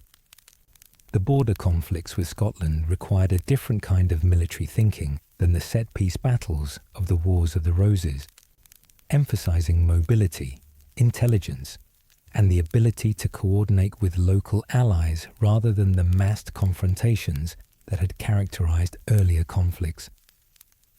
Richard's forces were organized along different lines than typical English armies of the period. The northern levies he commanded were more professional than the feudal host that had traditionally served English kings, with better training, standardized equipment, and more sophisticated command structures. These innovations reflected both the practical necessities of border warfare and Richard's own understanding of military organization. The success of Richard's military reforms was demonstrated in the various Scottish campaigns of the 1470s and early 1480s. His forces consistently outperformed their Scottish counterparts, not because of superior numbers or equipment, but because of better organization, training, and leadership. These victories enhanced Richard's reputation as a military commander, while providing practical experience that would prove invaluable in his later conflicts. The intelligence networks that Richard developed to support his military operations were equally sophisticated. The need to monitor Scottish activities, track the movements of potential invaders, and coordinate with English agents across the border required a level of organizational complexity that went far beyond traditional feudal arrangements. Richard's spies and informants provided him with detailed knowledge of Scottish politics and military capabilities that gave him significant advantages in planning his own operations. the economic foundation of Richard's northern power was built on more than just agricultural revenues from his vast estates. He also controlled important trade routes, collected customs duties at border crossings, and benefited from the mining rights that were included in his grants. These diverse sources of income made him less vulnerable to economic disruption than nobles whose wealth depended entirely on land rents. Richard's commercial activities also brought him into contact with merchants and traders from across northern Europe, expanding his understanding of economic and political conditions beyond England's borders. These connections would prove valuable in his later career, providing him with alternative sources of information and potential allies who operated outside the traditional frameworks of feudal obligation. The administrative innovations that Richard introduced in his northern domains reflected his exposure to more advanced governmental systems during his periods of continental exile. He employed professional clerks and administrators rather than relying entirely on noble amateurs, created systematic records of his activities and decisions, and established regular procedures for handling routine business.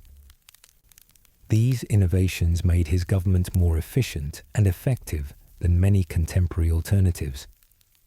The legal reforms that Richard implemented in the north were particularly significant in establishing his reputation as a just and capable ruler. He established regular court sessions, standardized legal procedures, and created mechanisms for appealing decisions to higher authorities.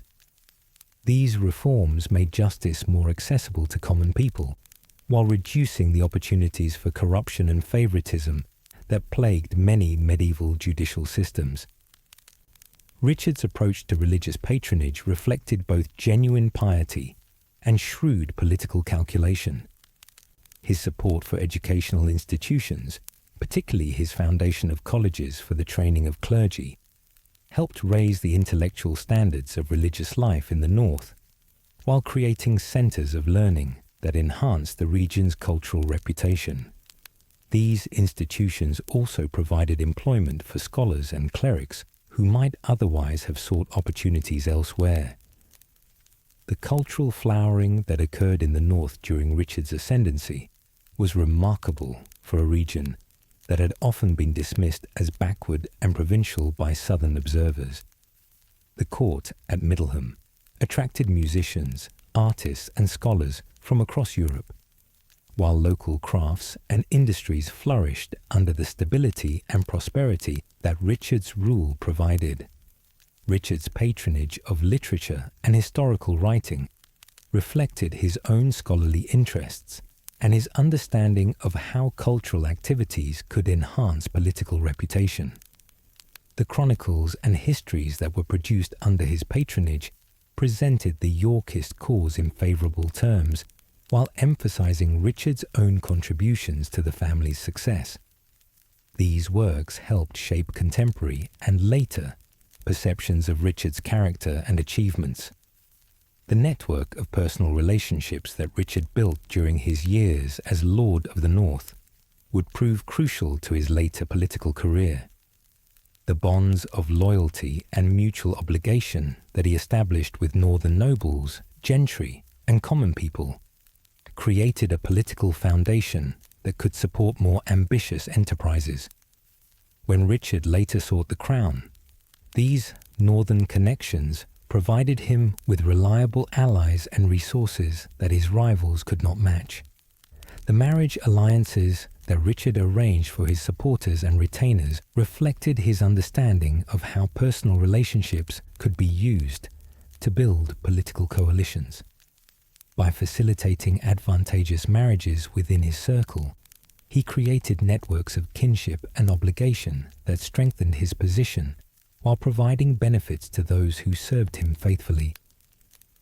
Richard's treatment of potential rivals and opponents during his northern rule demonstrated both pragmatic calculation and occasional ruthlessness. While he was generally fair and merciful to those who submitted to his authority, he could be harsh toward those who challenged his position or threatened the stability of his domains. This combination of generosity toward allies and severity toward enemies would characterize his approach to power throughout his career. The question of Richard's ultimate ambitions during his years as Lord of the North remains a subject of historical debate. Some sources suggest that he was content with his regional dominance and had no designs on the crown, while others argue that his systematic building of power and influence reflected broader dynastic ambitions. The truth probably lies somewhere between these extremes, with Richard preparing for various contingencies while focusing primarily on consolidating his existing position. The international dimension of Richard's northern rule provided him with valuable experience in diplomacy and foreign affairs that would serve him well in his later career. His negotiations with Scottish representatives, his correspondence with European courts, and his management of cross-border relationships gave him practical knowledge of international politics that few English nobles possessed. The military innovations that Richard introduced in the north influenced English military organization more broadly, as successful techniques and technologies were adopted by other commanders. His emphasis on professional training, standardized equipment, and sophisticated logistics helped modernize English military practices and improve the realm's defensive capabilities. The economic prosperity that flourished under Richard's northern rule created lasting benefits for the region that extended well beyond his own lifetime. The infrastructure improvements, commercial developments, and institutional innovations that he sponsored enhanced the North's economic potential and helped integrate it more fully into England's national economy. As the 1470s drew to a close, Richard had established himself as one of the most successful regional rulers in English history. His combination of military prowess, administrative efficiency, and political acumen had transformed the North from a potentially rebellious frontier region into a stable and prosperous foundation for royal authority. The boy, who had arrived at Middleham as a dependent ward, had become a formidable duke whose power and influence extended across much of northern England. But even as Richard consolidated his northern dominance, events were unfolding that would soon test his abilities in new and unexpected ways. The relative peace and stability of the 1470s was about to give way to new crises that would challenge not only Richard's regional authority, but the very survival of the Yorkist dynasty itself. The early 1480s brought Richard his greatest military triumph and his most complete demonstration of the political and strategic skills he had developed during his decade as Lord of the North. The Scottish wars that erupted during this period would showcase his abilities as both a military commander and a diplomatic negotiator, while establishing his reputation as one of the most capable leaders in Europe. For Richard, these campaigns represented the culmination of his northern apprenticeship and his emergence as a figure of truly national, even international significance. The roots of the Scottish conflict lay in the complex web of relationships between England, Scotland, and France that had dominated northern European politics for centuries. The traditional alliance between Scotland and France, the so-called Old Alliance, had long been a source of concern for English rulers, who faced the prospect of fighting enemies on two fronts whenever tensions with either neighbour escalated into open warfare. By 1480, several factors were converging to make war between England and Scotland increasingly likely. James III of Scotland was facing internal rebellions and political instability that made him appear weak and vulnerable to English pressure. At the same time, Louis XI of France was encouraging Scottish aggression against England as part of his broader strategy to prevent English interference in his own territorial ambitions in Burgundy and elsewhere. For Edward IV, the Scottish situation presented both dangers and opportunities. On one hand, an active Scottish enemy could threaten England's northern borders and force the diversion of resources that might otherwise be used for more profitable enterprises. On the other hand, a successful Scottish campaign could enhance the Yorkist dynasty's military reputation, while potentially extending English influence and territory northward. Richard's role in the developing crisis was crucial from the beginning. As the king's lieutenant in the north and the dominant figure in the border regions, he was both the natural target for Scottish aggression and the logical choice to lead England's response. His years of experience in border warfare, his intimate knowledge of local conditions, and his proven ability to coordinate military and diplomatic activities made him uniquely qualified for the challenges ahead.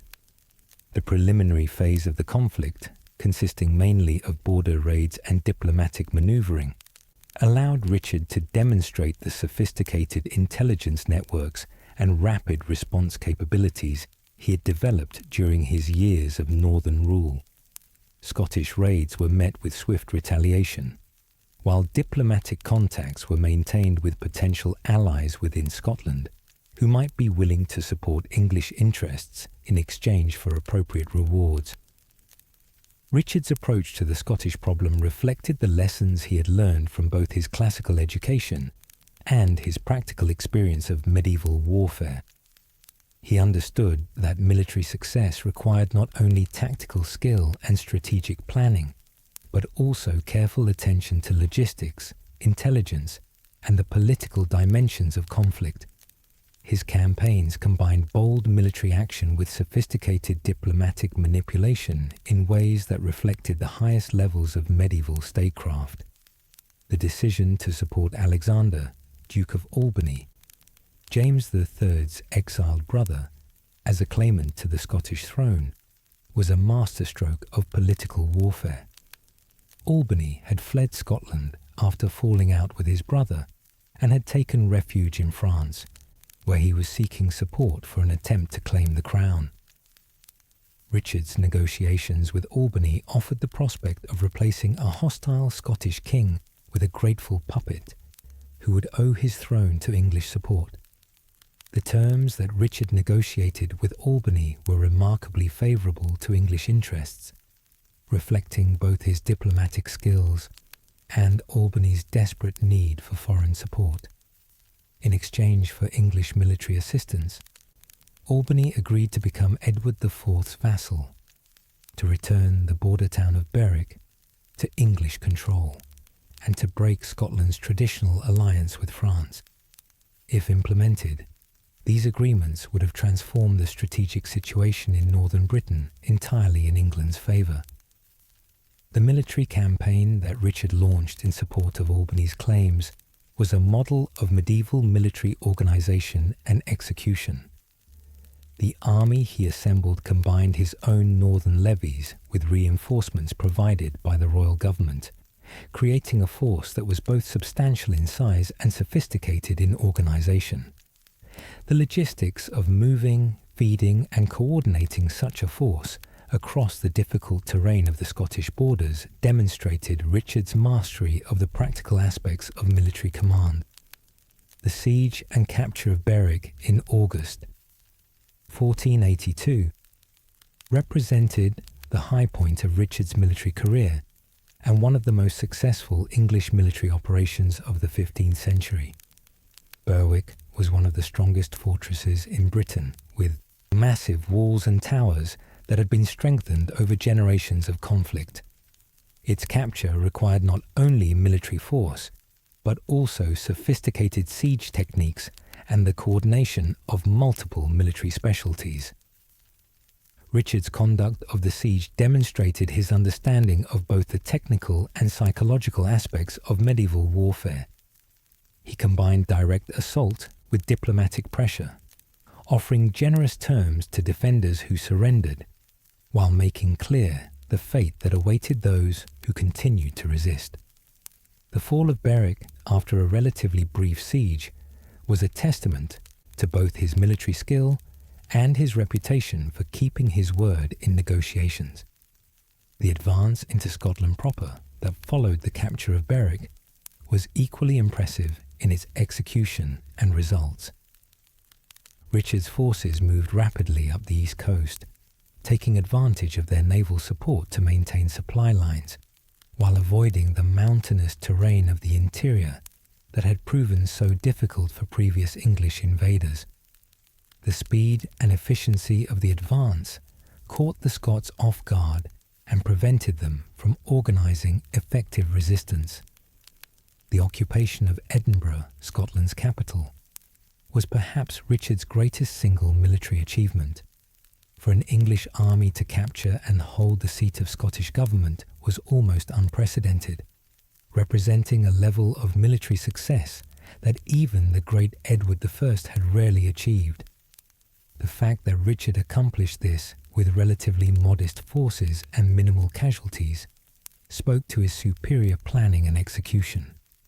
But Richard's greatest skill was demonstrated not in the initial conquest, but in the subsequent negotiations that secured English objectives without requiring the permanent occupation of hostile territory. Recognizing that maintaining a large army in Scotland indefinitely would be both expensive and politically dangerous, he sought to achieve English goals through diplomatic means that would be more sustainable in the long term.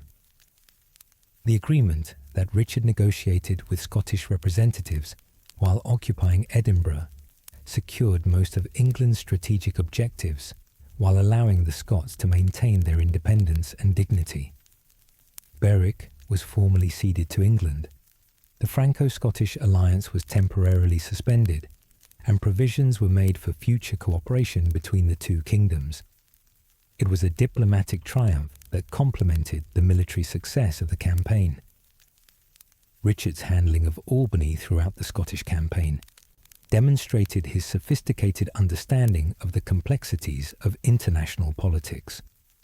While using the Duke as a useful tool for advancing English interests, Richard was careful not to become too dependent on a client whose ultimate loyalty was questionable. When Albany's usefulness ended, Richard was prepared to abandon him with the same calculated pragmatism that had characterized the entire enterprise. The personal relationships that Richard developed with Scottish nobles during the campaign would prove valuable throughout his subsequent career.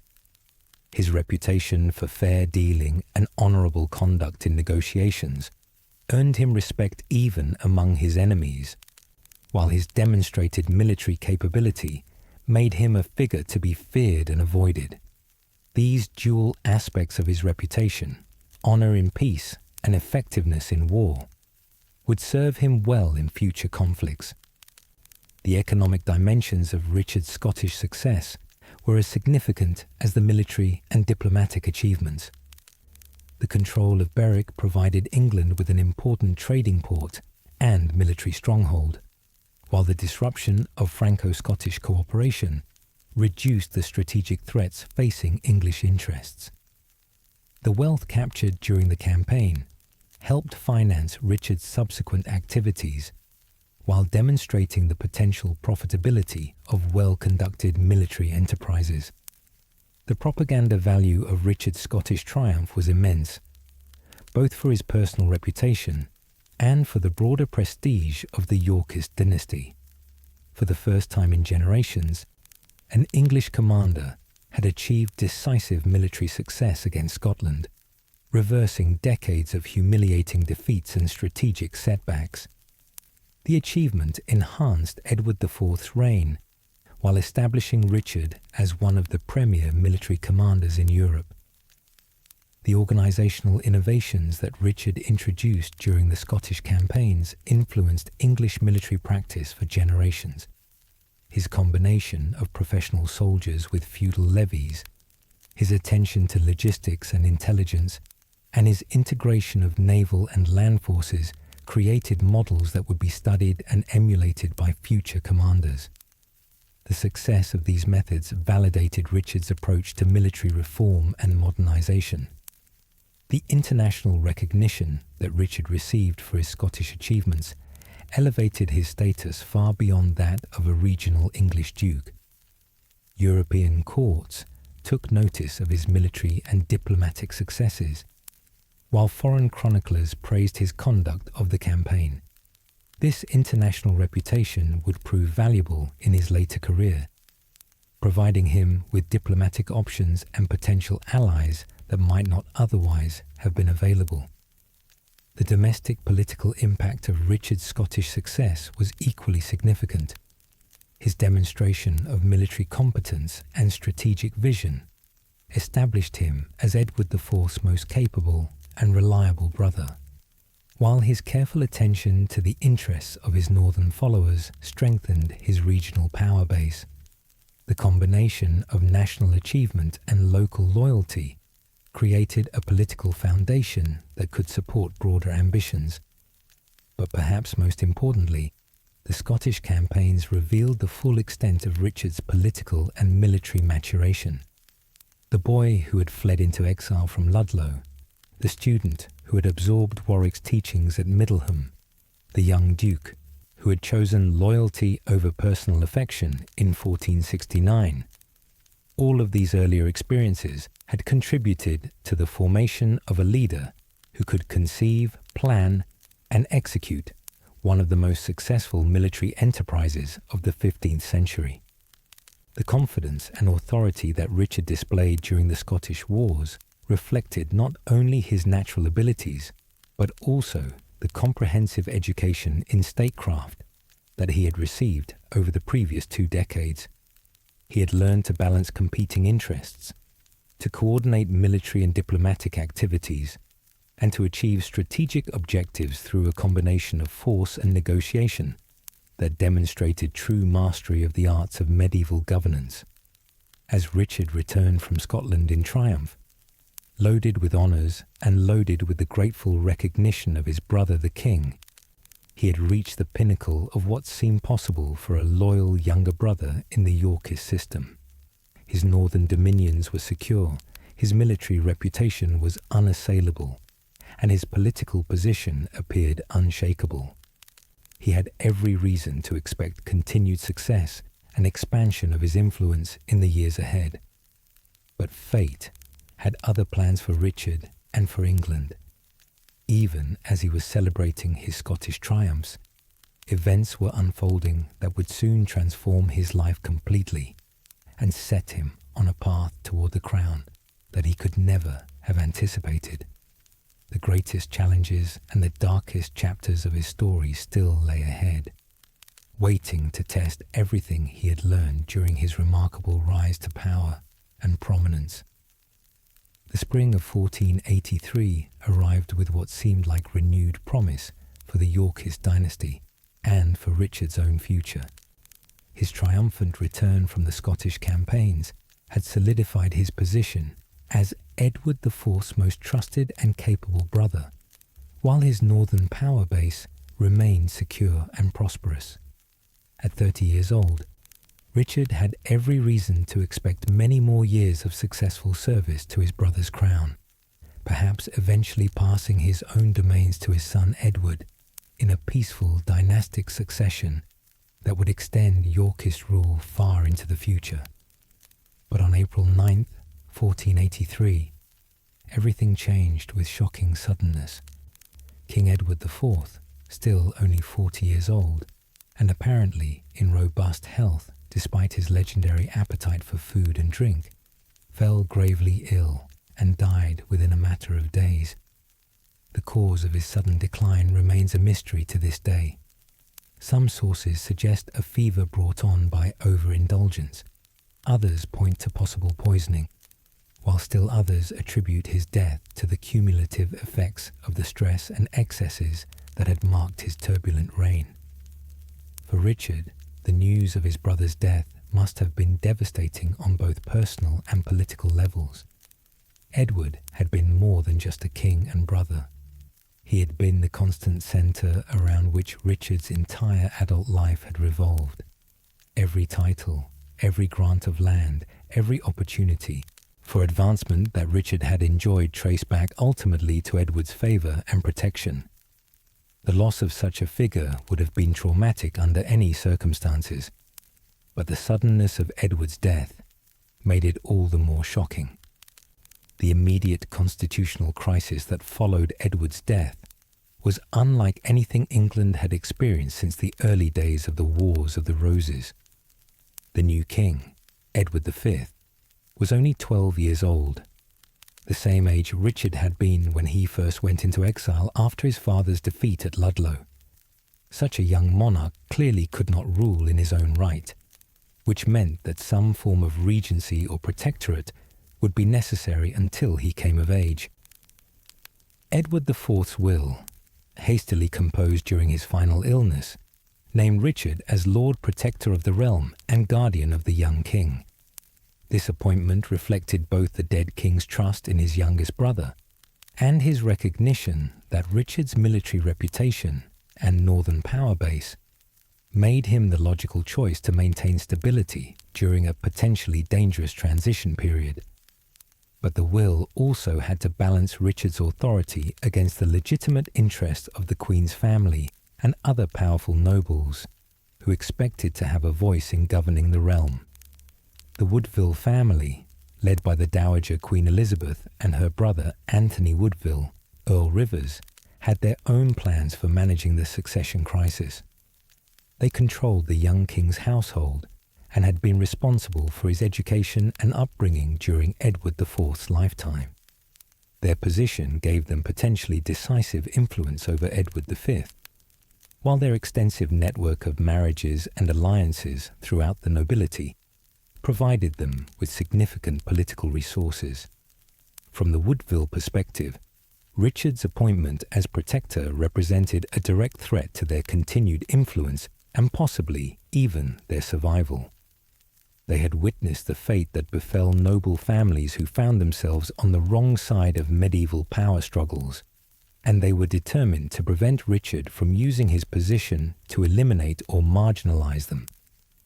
Their solution was to move quickly to have Edward V crowned as soon as possible, since the authority of a protector would legally end once the king was formally invested with full royal powers.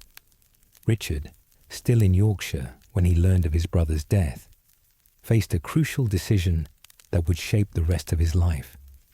He could accept the Woodville initiative and travel to London as a private individual to attend his nephew's coronation, trusting that his loyalty and service would be rewarded with continued influence under the new regime.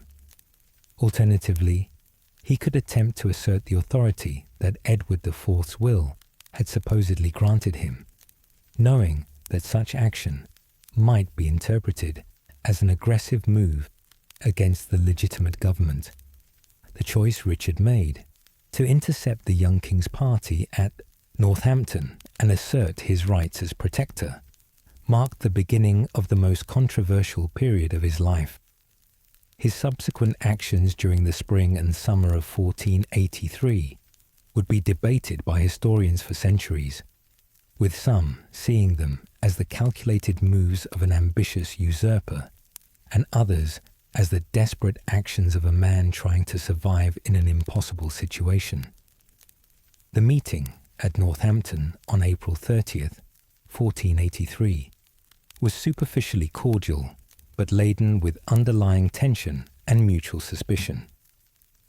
Richard arrived with a modest escort, as befitted someone coming to honour his nephew and assume legitimate authority under his brother's will. Earl Rivers, representing the Woodville interests, brought a much larger force, ostensibly for the young king's protection, but potentially intimidating to anyone who might challenge their control over Edward V. The dinner that Richard and Rivers shared on the evening of April 30th has become one of the most analysed meals in English history. Contemporary accounts describe pleasant conversation and apparent friendship between the two men, with Rivers even presenting Richard with gifts and expressing his willingness to cooperate in the new government. But beneath this veneer of civility, both men were undoubtedly calculating their next moves and assessing their relative strengths and weaknesses. Richard's decision to arrest Rivers, along with Sir Richard Grey and Sir Thomas Vaughan, on the morning of May 1st, transformed what had appeared to be a routine political transition into a constitutional crisis of the first magnitude. The arrests were justified on grounds of treason. Richard claimed that the Woodvilles were plotting against his authority as protector and threatening the stability of the realm. But his critics, then and since, have seen the arrests as evidence of a premeditated plan to eliminate potential obstacles to his own advancement. The immediate aftermath of the Northampton arrests revealed the extent to which the political situation had deteriorated. When news reached London that the King's maternal uncle and half-brother had been arrested by the Lord Protector, Queen Elizabeth immediately fled into sanctuary at Westminster Abbey with her remaining children, including the young Richard, Duke of York. Her actions suggested that she expected the worst from Richard's assumption of power and was determined to protect her family from what she saw as imminent danger. Richard's arrival in London with the young king on May 4th was a carefully choreographed demonstration of his new authority. The public display of weapons that had allegedly been intended for use against the Protector served as justification for the arrests at Northampton, while warning potential opponents of the consequences of resistance. The ceremony and pageantry surrounding the procession were designed to present Richard as the legitimate guardian of royal authority rather than a usurper seeking personal advantage. The establishment of Edward V in the royal apartments of the Tower of London was, at the time, seen as entirely appropriate and conventional. The Tower was not only a fortress and prison, but also a royal palace where kings traditionally resided before their coronations. The young king's accommodation there was comfortable and dignified, with appropriate servants and tutors to continue his education, while preparations for his coronation proceeded. But Richard's position, despite his apparent success in asserting his authority as protector, remained fundamentally unstable. The Woodvilles' flight into sanctuary had deprived him of the cooperation he needed to govern effectively, while their continued presence in London served as a focus for potential opposition. More seriously, the arbitrary nature of the Northampton arrests had created uncertainty about Richard's ultimate intentions and methods. The next phase of the crisis began to unfold in early June, when Richard made increasingly aggressive moves to consolidate his position. The execution of Rivers, Grey and Vaughan at Pontefract Castle on June 25th eliminated the most prominent Woodville leaders, but also demonstrated Richard's willingness to use extreme measures against his opponents. These executions were technically legal, carried out under Richard's authority as protector, but they marked a significant escalation in the severity of his actions. The arrest and summary execution of William, Lord Hastings, on June 13th represented an even more dramatic turn in Richard's behaviour. Hastings had been one of Edward IV's closest friends and most loyal supporters, and his backing had been crucial to Richard's initial success in asserting his authority as protector. The charge that Hastings was plotting with the Woodvilles seemed implausible to many observers, suggesting that Richard was now striking at anyone he perceived as a potential threat, regardless of their previous loyalty or service. The circumstances surrounding Hastings' death would be debated for centuries, with some sources portraying it as a carefully planned elimination of an obstacle to Richard's ambitions, while others suggested that Richard genuinely believed he had uncovered a conspiracy against his life. The truth may never be known, but the effect was to create an atmosphere of fear and uncertainty that made rational political calculation increasingly difficult for all concerned. The removal of Edward V's younger brother, Richard, Duke of York, from sanctuary in mid-June marked another crucial turning point in the developing crisis. The official justification was that the young duke needed to be present for his brother's coronation, which was still officially scheduled, despite the various delays and complications. But the effect was to place both potential claimants to the throne under Richard's direct control in the Tower of London. The postponement of Edward V's coronation, originally scheduled for June 22nd, created growing speculation about Richard's ultimate intentions. Official explanations cited the need for additional preparations and the discovery of various plots against the realm's security. But informed observers began to suspect that Richard had no intention of allowing his nephew to be crowned at all, and that the delays were designed to provide time for an alternative solution to be implemented. The revelation of the pre-contract allegations in late June provided the legal justification that Richard's supporters needed to transform what had appeared to be a regency dispute into a fundamental challenge to Edward V's right to rule. The claim that Edward IV had been previously married to Eleanor Butler before his union with Elizabeth Woodville, if true, would have rendered all of Edward's children illegitimate and therefore ineligible to inherit the throne. The evidence for this pre-contract was reportedly provided by Robert Stillington, Bishop of Bath and Wells, who claimed to have personal knowledge of Edward IV's earlier marriage commitment. Stillington's credibility and motives were immediately questioned by Richard's opponents, who saw the allegation as a convenient fiction designed to justify a predetermined usurpation. But the bishop's high rank and his willingness to stake his reputation on the claim gave it sufficient weight to serve Richard's political needs. The assembly of nobles and commons that endorsed the pre-contract allegations and declared Edward V illegitimate was carefully managed to produce the desired result. The participants were not a formally elected parliament, but rather a gathering of Richard's supporters and those who were willing to accept his version of events rather than risk opposing him. The legal and constitutional irregularities were obvious, but the political reality was that effective opposition had been eliminated or intimidated into silence. Richard's acceptance of the crown on June 26, 1483, marked the culmination of a remarkable transformation that had taken less than 3 months to complete. The loyal younger brother, who had spent his adult life in service to Edward IV, had been replaced by a king in his own right, claiming authority over the realm that had once belonged to his nephew.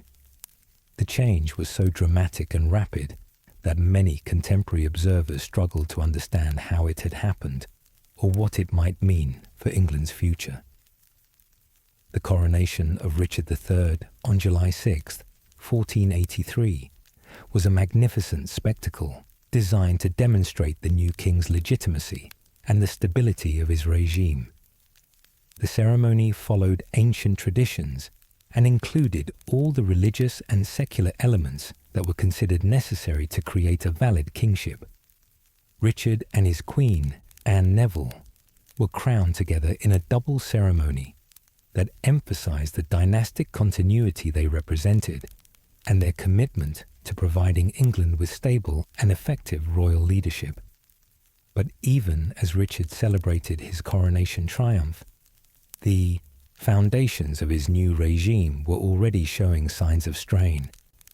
The methods he had used to gain the crown had created enemies and uncertainties that would plague his reign from its very beginning.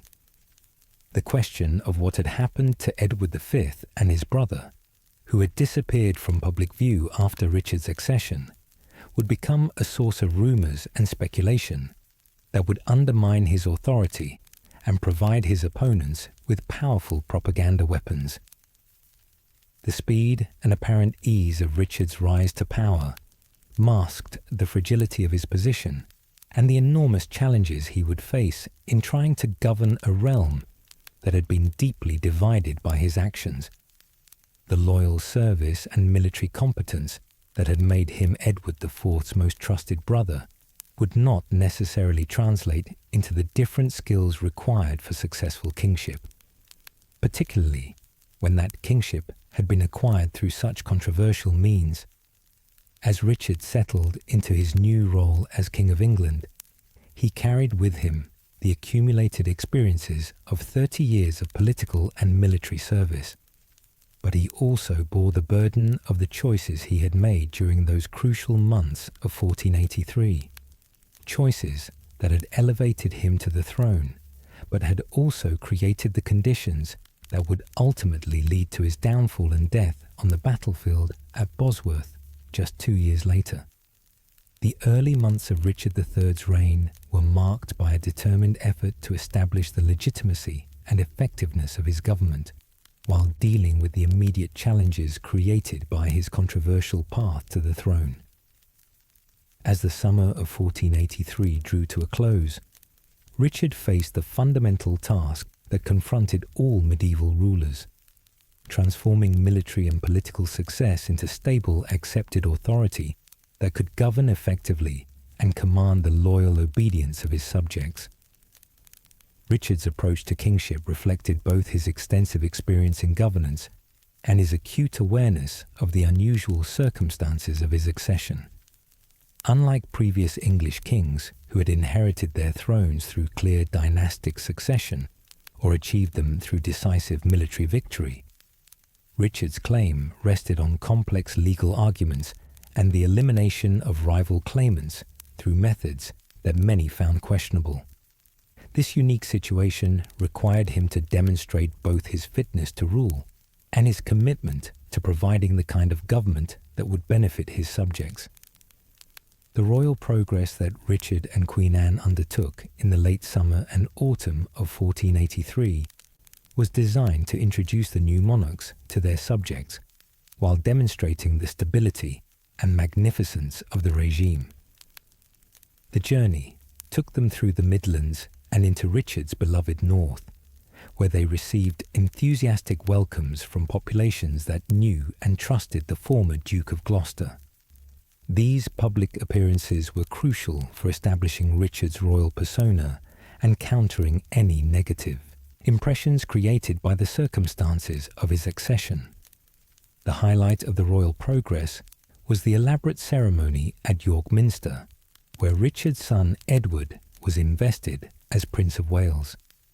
The event was staged with unprecedented magnificence, involving not only the traditional religious ceremonies, but also pageantry and festivities that were designed to impress observers with the dynasty's stability and continuity. For Richard, the ceremony represented both a personal triumph and a political necessity, demonstrating that his family line would continue the Yorkist tradition into the next generation.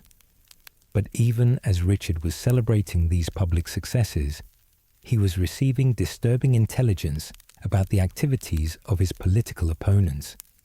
Margaret Beaufort, the mother of Henry Tudor, had been working quietly but effectively to build a coalition of disaffected nobles who were willing to support an alternative claimant to the throne.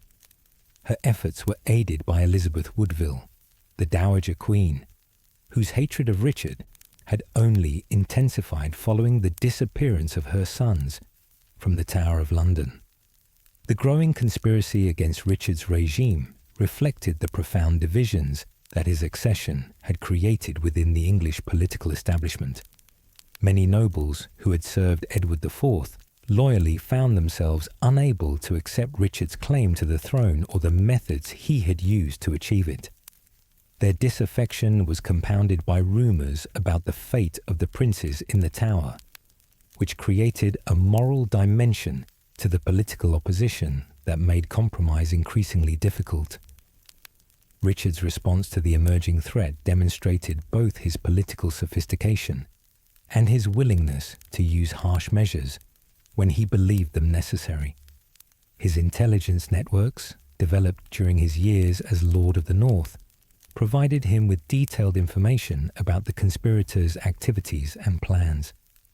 This advance warning allowed him to take countermeasures that would normally have been sufficient to crush a rebellion before it could gain momentum.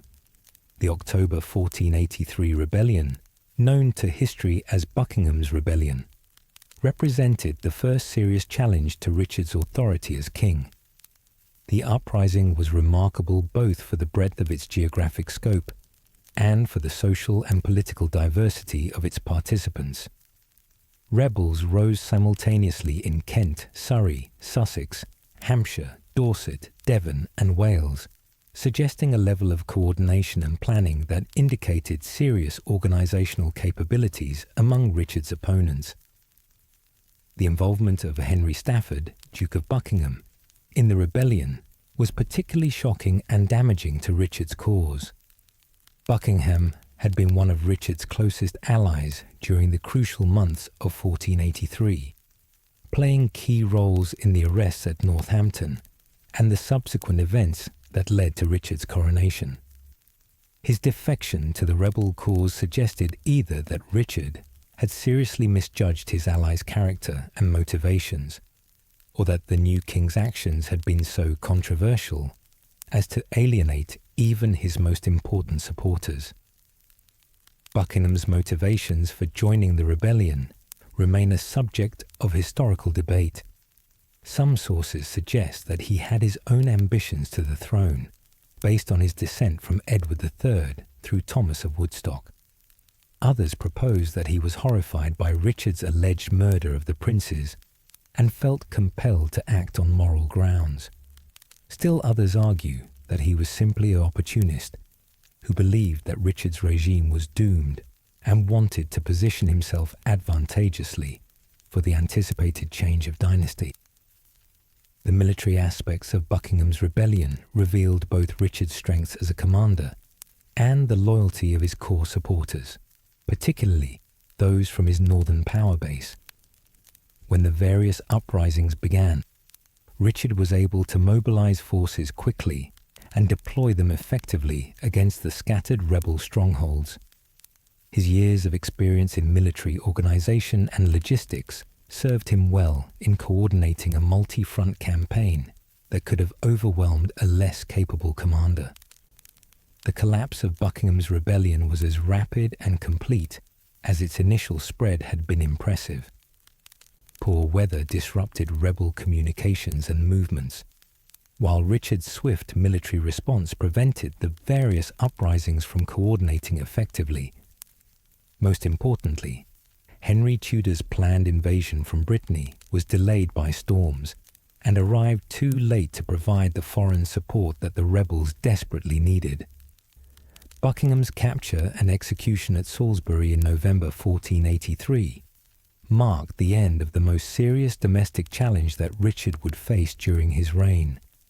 The Duke's death eliminated the most prominent figurehead of the rebellion, while demonstrating Richard's determination to deal harshly with traitors, regardless of their previous relationship with him. The speed and efficiency with which Buckingham was tried and executed sent a clear message to other potential rebels about the consequences of opposing the new regime. But while Richard had successfully suppressed the immediate rebellion, he could not eliminate the underlying causes of opposition to his rule. The failure of Buckingham's uprising had scattered many of the rebels rather than destroying them, sending experienced and determined opponents into exile, where they could continue to plot against his government. Most significantly, Henry Tudor remained at large in Brittany, now established as the focal point for all opposition to Richard's regime and actively planning another invasion attempt. The aftermath of the rebellion also revealed the extent to which Richard's authority remained geographically limited despite his nominal control over the entire kingdom. While his northern strongholds had remained completely loyal and his military response had been swift and effective, large areas of southern and western England had shown themselves willing to rebel against his rule. This geographic division would prove to be one of the most persistent weaknesses of Richard's reign. Richard's response to the rebellion's aftermath demonstrated both his political acumen and his recognition of the challenges he faced in building broader support for his regime. rather than simply relying on punishment and intimidation, he attempted to win over potential opponents through a combination of mercy toward lesser participants in the rebellion and positive initiatives designed to demonstrate his qualities as a ruler. The Parliament that Richard summoned in January 1484 was intended to serve multiple purposes: to provide legal validation for his reign through the formal enactment of Titulus Regius, to address some of the grievances that had contributed to the rebellion, and to demonstrate his commitment to governing through established constitutional procedures rather than arbitrary royal authority. The legislation that emerged from this parliament has been characterized by some historians as Richard's attempt to buy popularity through populist measures, but a more careful analysis suggests a genuine commitment to addressing real problems in English government and society. The abolition of benevolences, forced loans that had been a major source of grievance against Edward IV's government, represented a significant financial sacrifice that demonstrated Richard's willingness to govern within constitutional constraints. The legal reforms that Richard introduced during this period reflected both his personal sense of justice and his understanding that effective government required accessible and fair judicial procedures. The establishment of a court where poor people could seek justice without payment, the introduction of bail procedures that prevented arbitrary imprisonment, and the requirement that property sales be conducted publicly all represented genuine improvements in English legal practice. Richard's efforts to reform English government extended beyond legal matters to include economic and administrative changes designed to improve the realm's prosperity and efficiency. His support for English merchants against foreign competition, his attempts to standardize weights and measures, and his initiatives to improve record keeping, all demonstrated a sophisticated understanding of the practical requirements of effective governance. The translation of English laws from Latin and Norman French into the vernacular was perhaps Richard's most symbolically significant reform, representing a democratization of legal knowledge that made the law more accessible to ordinary subjects. This initiative reflected Richard's recognition that legitimate government required the informed consent of the governed, a remarkably advanced concept for the 15th century. But even as Richard was demonstrating his capabilities as a reforming king, he was facing personal tragedies that would undermine both his political position and his emotional stability. The death of his son Edward, Prince of Wales, in April 1484 was a devastating blow that eliminated the dynastic continuity that was essential for medieval kingship. Without a male heir, Richard's reign appeared to be a temporary interruption in the natural succession rather than the beginning of a new royal line. The loss of his son was followed by the prolonged illness and eventual death of Queen Anne in March 1485. Anne's death deprived Richard not only of a beloved wife, but also of an important political asset, for her Neville connections had provided him with additional legitimacy and support. More damaging still were the rumours that Richard had poisoned his wife in order to marry his niece Elizabeth of York, allegations that damaged his reputation even among his supporters. The question of Richard's potential marriage to Elizabeth of York reveals the impossible political calculations that dominated the final year of his reign. From a purely dynastic perspective, such a marriage would have strengthened his claim to the throne while eliminating one of Henry Tudor's most important political assets. But the moral and political objections to such a union were so strong that Richard was forced to publicly deny any intention of marrying his niece, thereby abandoning a potentially valuable strategic option.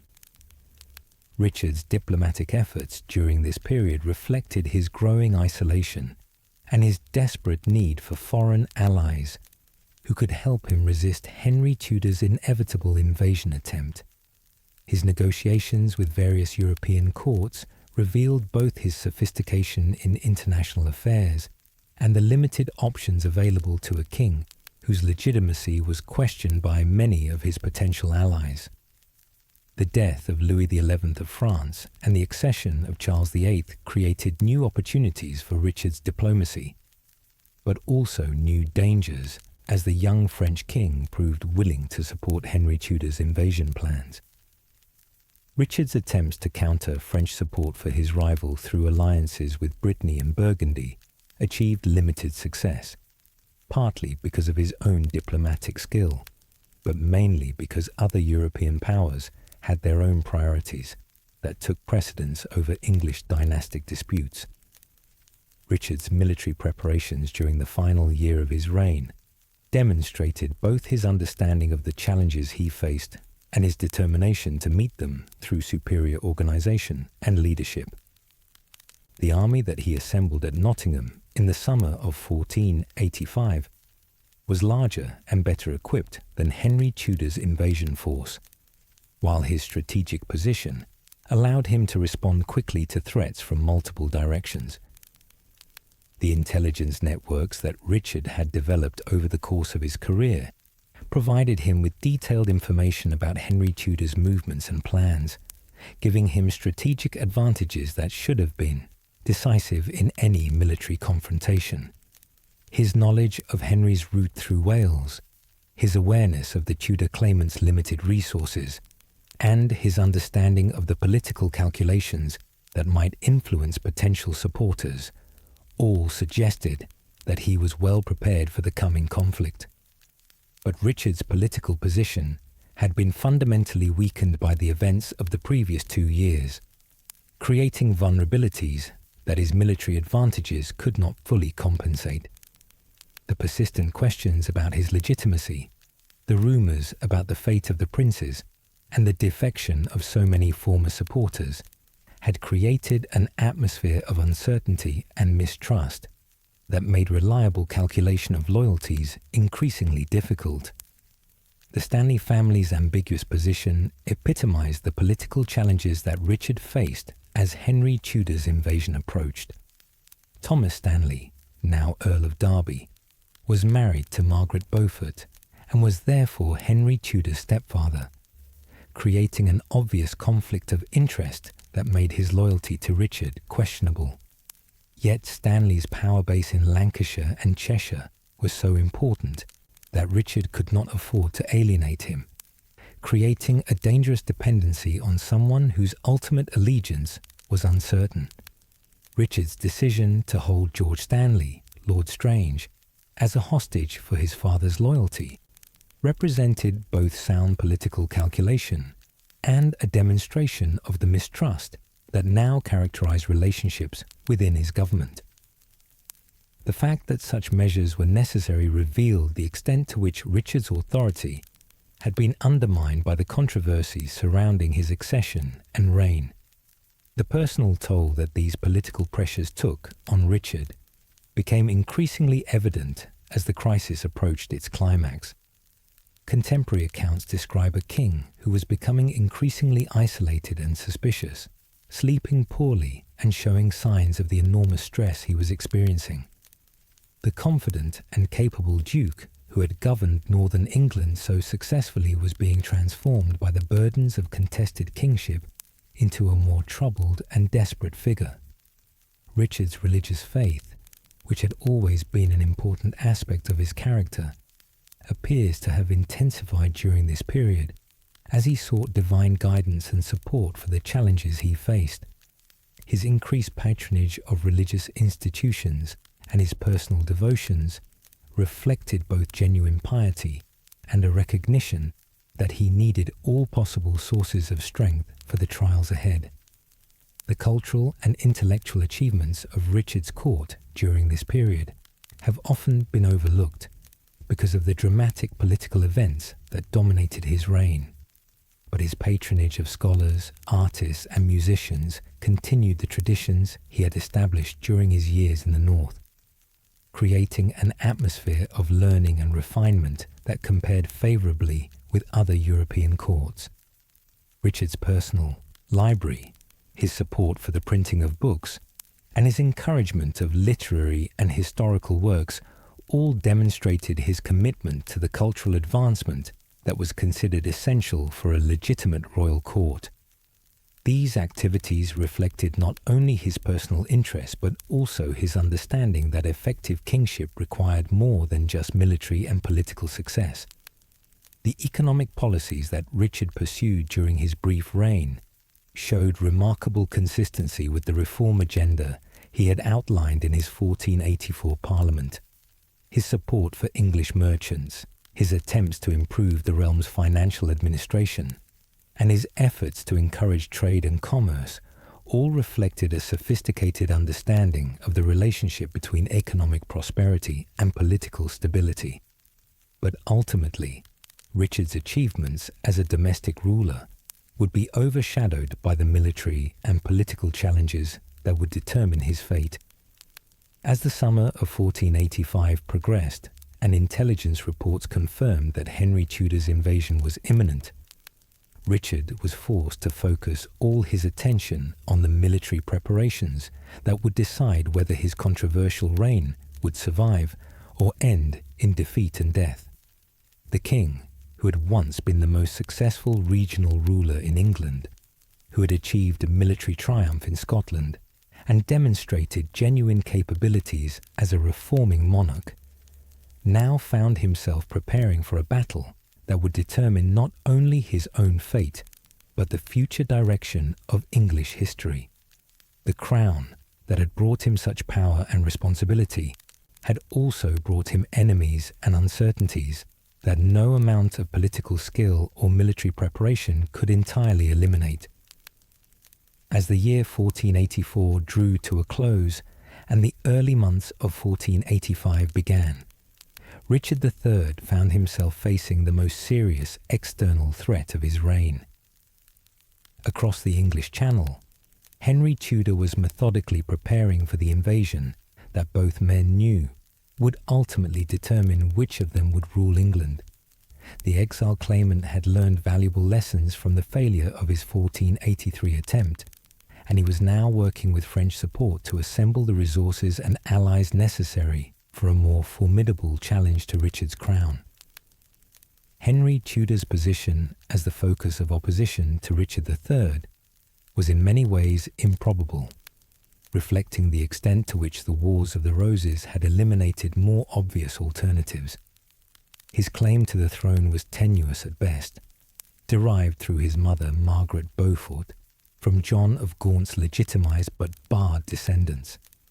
In normal circumstances, such a distant and legally questionable claim would have attracted little serious attention, but the unique circumstances of 1485 made Henry the only viable alternative to Richard for those who could not accept the current king's legitimacy. The coalition that was forming around Henry's candidacy represented a remarkable convergence of interests that had been brought together by their common opposition to Richard III.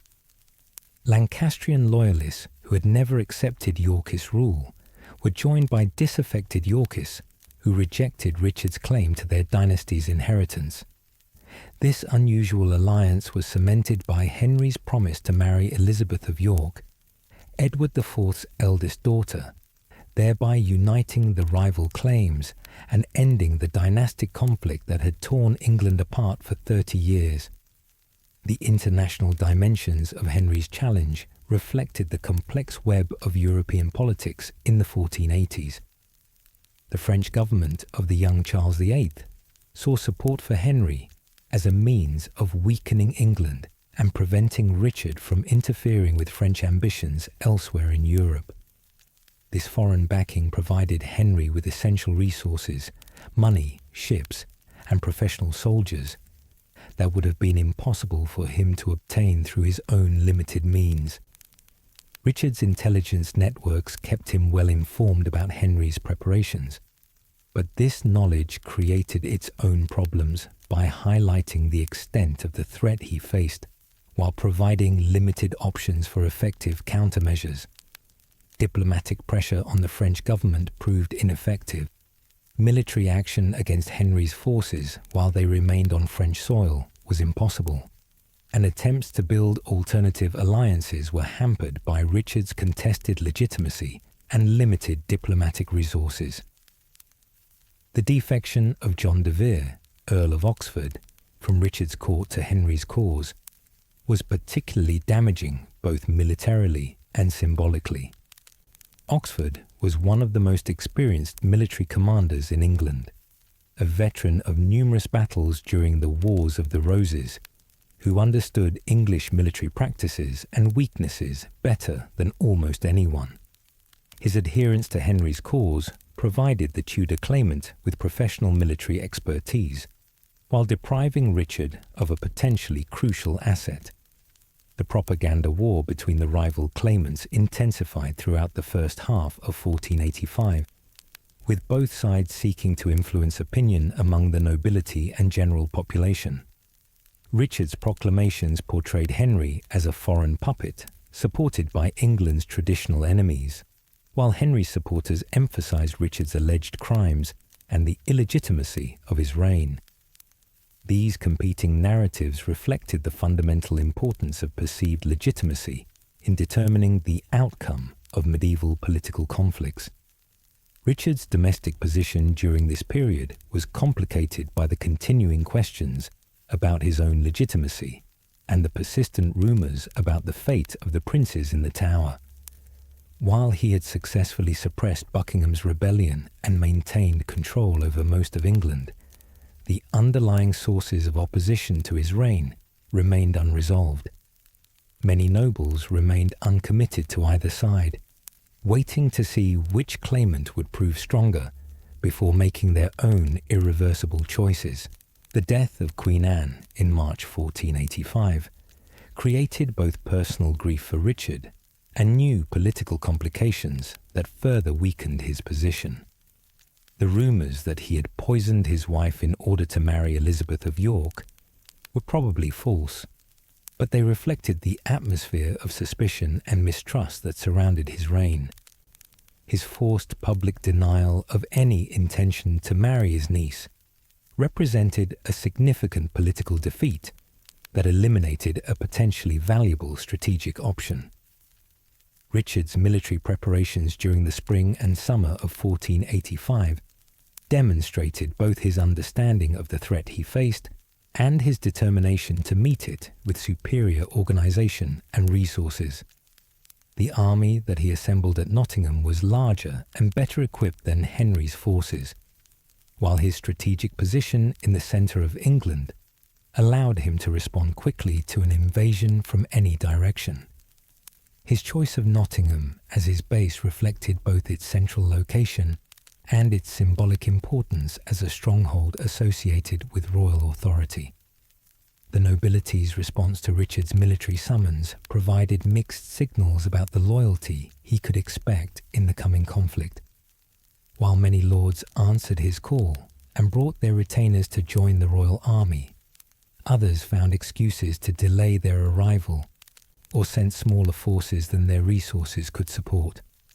Most troubling of all, some important nobles simply ignored the summons entirely, suggesting that they were prepared to abandon Richard if circumstances warranted such action. The Stanley family's behaviour during this period epitomised the political calculations that were undermining Richard's position. Thomas Stanley, Earl of Derby, was married to Henry Tudor's mother and was therefore the Tudor claimant's stepfather, creating an obvious conflict of loyalty that made his support for Richard questionable. Yet the Stanleys controlled substantial military resources in Lancashire and Cheshire that could prove decisive in any major engagement, forcing Richard to attempt to secure their cooperation despite his doubts about their ultimate loyalty. Richard's decision to hold George Stanley, Lord Strange, as a hostage for his father's good behaviour represented sound political calculation, but also revealed the atmosphere of mistrust that now characterised his relationships with even his most important supporters. The fact that such measures were necessary demonstrated how far Richard's authority had eroded since the confident days of his northern rule and Scottish triumphs. Henry Tudor's landing at Milford Haven in Wales on August 7, 1485, marked the beginning of the final phase of his challenge to Richard's crown. The choice of landing site was strategically sound, taking advantage of Henry's Welsh ancestry and the traditional Welsh hostility to English royal authority. The rugged terrain of Wales also provided defensive advantages that could protect a small invasion force while it gathered strength and support.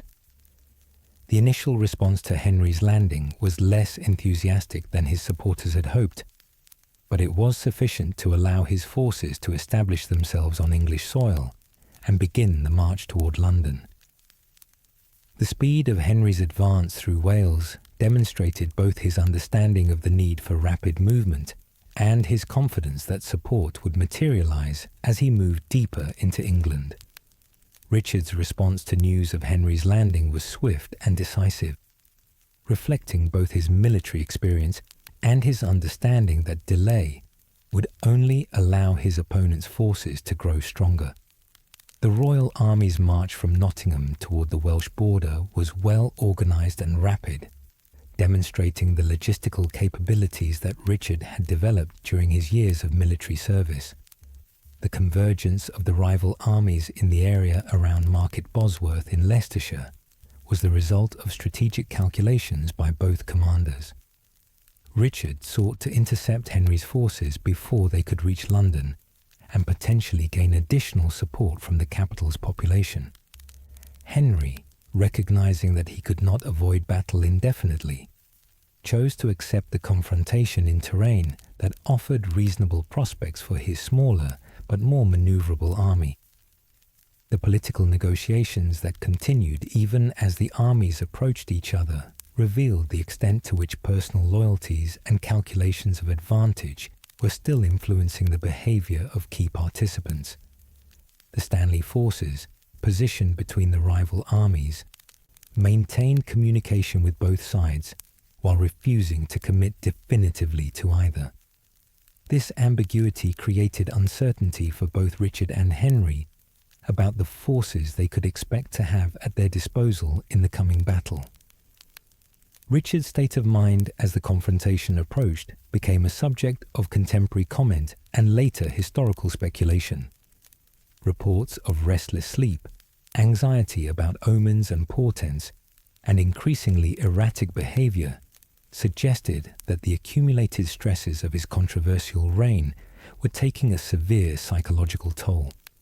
The confident military commander who had achieved such success in Scotland was being replaced by a more desperate and unstable figure driven by the necessity of staking everything on a single battle. The religious dimensions of the approaching conflict were emphasized by both sides, with each claiming divine support for their cause. Richard's reputation for personal piety was well established, but Henry's supporters argued that God would not permit a usurper and alleged child murderer to triumph over a legitimate claimant. These competing claims to divine favor reflected the medieval understanding that military success or failure represented God's judgment on the righteousness of the respective causes.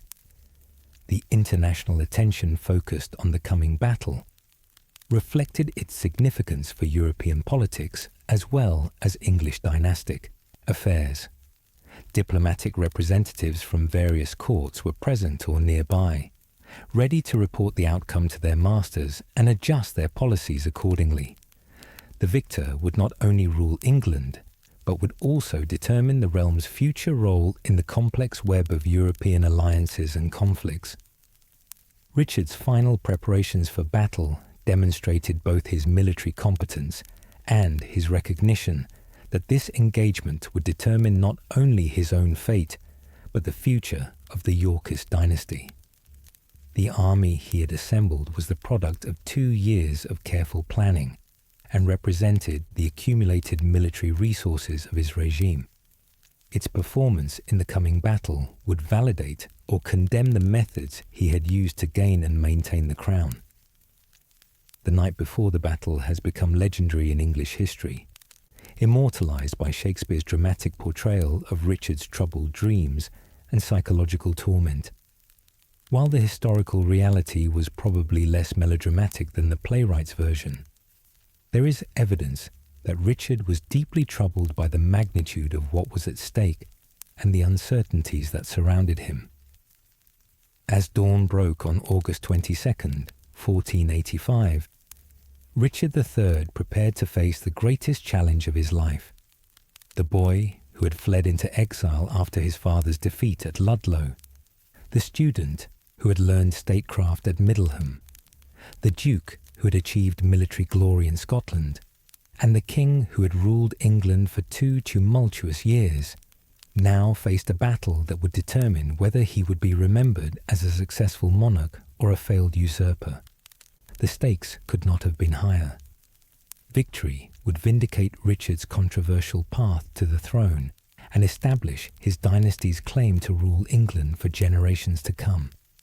Defeat would mean not only his own death, but the end of the Yorkist line and the triumph of enemies who had portrayed him as a tyrant and murderer. Everything that Richard had worked for during his 32 years of life would be decided by the clash of arms on a Leicestershire battlefield. The outcome of the Battle of Bosworth Field would depend not only on military factors, but also on the personal loyalties and last-minute calculations of men who had not yet committed themselves irrevocably to either side. Richard's fate would ultimately be determined not just by his own actions and decisions, but by the choices made by others whose motivations and allegiances remained uncertain until the final moments of the conflict. The dawn of August 22nd, 1485, broke grey and misty over the Leicestershire countryside, shrouding the fields near Market Bosworth in an atmosphere that seemed to echo the uncertainty and foreboding that gripped the men preparing for battle.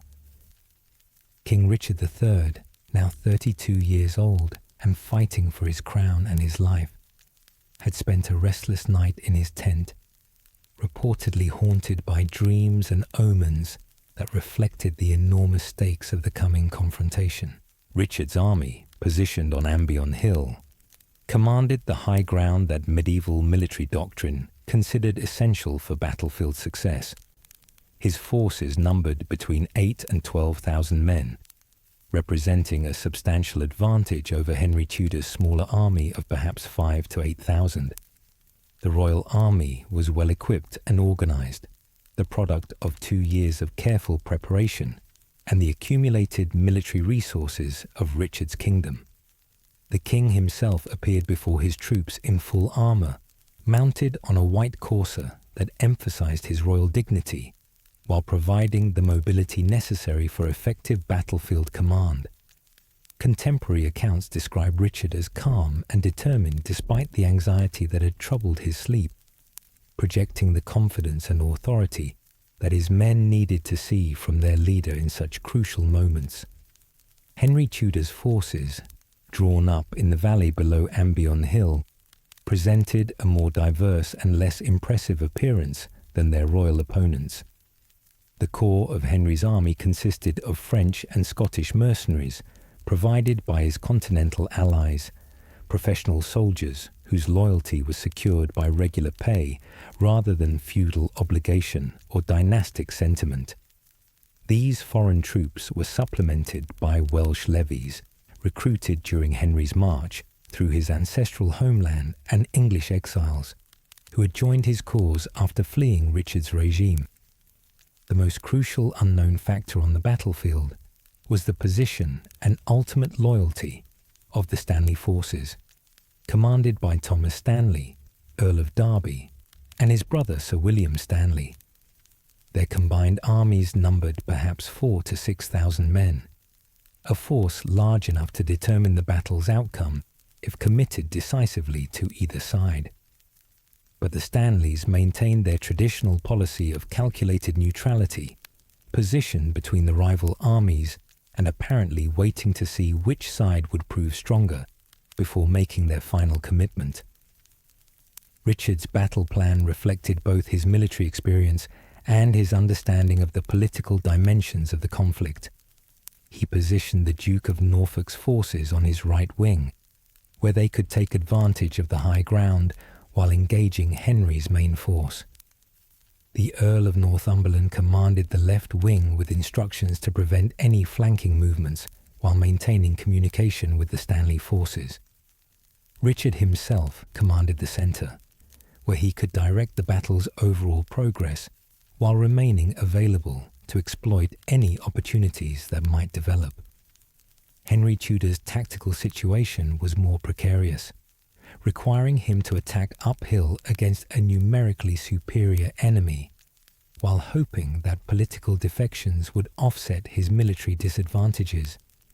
His deployment placed the Earl of Oxford in command of the main battle, recognizing the Earl's superior military experience and hoping that his reputation would inspire confidence in the untested troops. Henry himself remained with a small reserve, reflecting both his inexperience in military command and the political necessity of preserving his person for the dynastic future that victory might bring. The opening phases of the battle followed predictable patterns as Norfolk's forces advanced down the slope to engage Oxford's men in the valley below. The clash between these two divisions represented the conventional military confrontation that might have been expected from such an encounter, with well-armed professional soldiers fighting in traditional formations with weapons and tactics that had proven effective in previous conflicts. But the battle's decisive moments would come not from this conventional engagement, but from the personal and political calculations that continued to influence key participants, even as the fighting raged around them. The Earl of Northumberland's failure to advance when signalled by Richard represented either military incompetence or political calculation, depriving the royal army of significant reinforcements at a crucial moment in the engagement. More damaging still was the ambiguous behaviour of the Stanley forces, who remained stationary despite Richard's increasingly desperate signals for them to join the battle. Thomas Stanley's response to Richard's threat to execute his son George, unless he committed his forces, was reportedly that he had other sons, a callous calculation that revealed the extent to which political considerations had replaced personal loyalty in determining noble behaviour. Richard's decision to lead a personal cavalry charge directly at Henry Tudor's position has been interpreted by historians as everything from brilliant tactical innovation to desperate political theatre. From a purely military perspective, the manoeuvre was extremely risky, exposing the king to personal danger while potentially leaving his army without effective command. But from a political standpoint, it represented Richard's understanding that only Henry Tudor's death could secure his own position, regardless of the battle's broader outcome.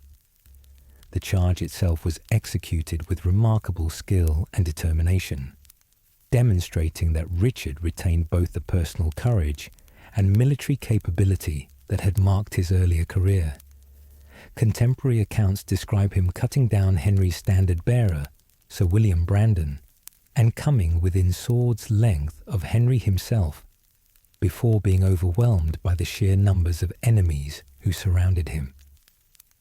The intervention of Sir William Stanley's forces at this crucial moment transformed what might have been Richard's triumph into his destruction. The Stanley cavalry's attack on Richard's flank caught the royal forces at their most vulnerable moment, when they were scattered across the battlefield in pursuit of what had seemed like a successful charge. The timing of this intervention suggests careful calculation rather than spontaneous decision-making, indicating that the Stanleys had been waiting for exactly such an opportunity to commit themselves to the winning side. Richard's final moments on the battlefield have become the stuff of legend, though the historical reality was probably less dramatic than later literary treatments would suggest. contemporary accounts agree that he fought bravely to the end, refusing opportunities to flee and continuing to wield his weapons effectively, even when surrounded by enemies. His reported declaration that he would die as a king rather than live as a fugitive reflected both personal courage and an understanding that his political position made survival without victory impossible. The manner of Richard's death was brutal even by medieval standards, with forensic analysis of his recovered remains revealing multiple severe head wounds that suggest he had lost his helmet and was struck repeatedly by various weapons. The ferocity of the attacks he suffered may have reflected the personal hatred that his enemies felt toward him, or simply the common fate of defeated commanders who continued to resist rather than surrender. The immediate aftermath of Richard's death saw the rapid collapse of royal resistance as word spread through the ranks that their king had fallen. Medieval armies were particularly vulnerable to such psychological shocks, since the personal loyalty that bound feudal forces together could dissolve instantly when the object of that loyalty was removed. The Earl of Northumberland's forces fled the field almost immediately, while Norfolk's men either surrendered or attempted to escape the disaster that had overtaken their cause. Henry Tudor's victory was confirmed when the royal crown, recovered from the battlefield, was placed on his head by Lord Stanley in an impromptu coronation ceremony. The symbolism of this act was profound, representing not only Henry's triumph, but also the Stanley family's final commitment to his cause after months of careful neutrality. The crown that Richard had worn with such controversy for 2 years was now transferred to a new dynasty amid the carnage of Bosworth Field. The treatment of Richard's body after the battle reflected both medieval customs regarding defeated enemies and the specific political requirements of Henry's situation. The dead king's corpse was stripped naked and displayed publicly to prove that Richard was indeed dead and that Henry's victory was complete. The body was then transported to Leicester, where it was buried with minimal ceremony in the Church of the Grey Friars, a location that would be lost to history until archaeological investigation recovered it more than 500 years later.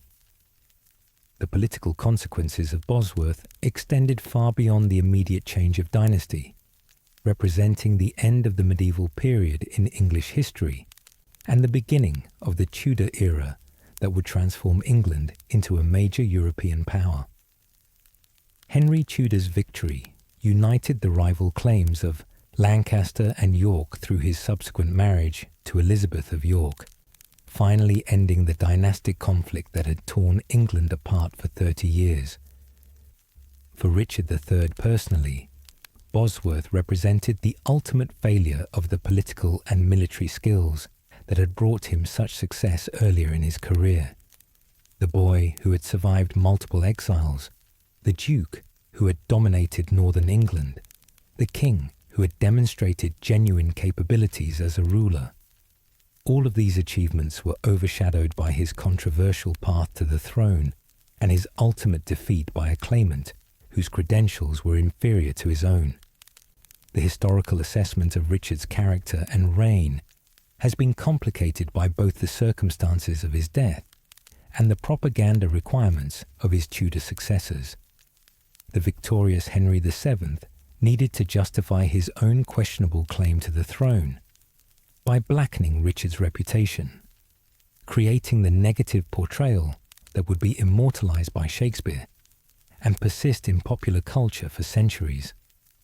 But modern historical scholarship has begun to reassess Richard's legacy, recognizing both his genuine achievements as a ruler and the impossible political situation he faced during his brief reign. His legal reforms, his efforts to improve government efficiency, and his apparent concern for the welfare of ordinary subjects suggest a king who was genuinely trying to provide effective governance despite the controversial circumstances of his accession. the mystery of the princes in the Tower continues to overshadow other aspects of Richard's reign, creating moral and historical questions that may never be definitively resolved. Whether Richard was responsible for their deaths, whether they died at all, and what his motivations might have been remain subjects of scholarly debate and popular speculation that ensure his continued fascination for each new generation. The Battle of Bosworth Field marked not only the end of Richard III's life, but also the conclusion of the Wars of the Roses and the medieval period in English history. The Plantagenet dynasty that had ruled England for over 3 centuries was replaced by the Tudors, who would govern the realm for the next 118 years and oversee its transformation into a modern European state. Richard's death on Bosworth Field represented the final act in a remarkable life that had encompassed some of the most dramatic events in English history. From his birth during the early phases of the Wars of the Roses to his death in the conflict's final battle, his story embodied both the opportunities and the dangers that characterized medieval political life. His controversial reign and violent death ensured that he would be remembered not as one king among many, but as one of the most debated and fascinating figures in English history.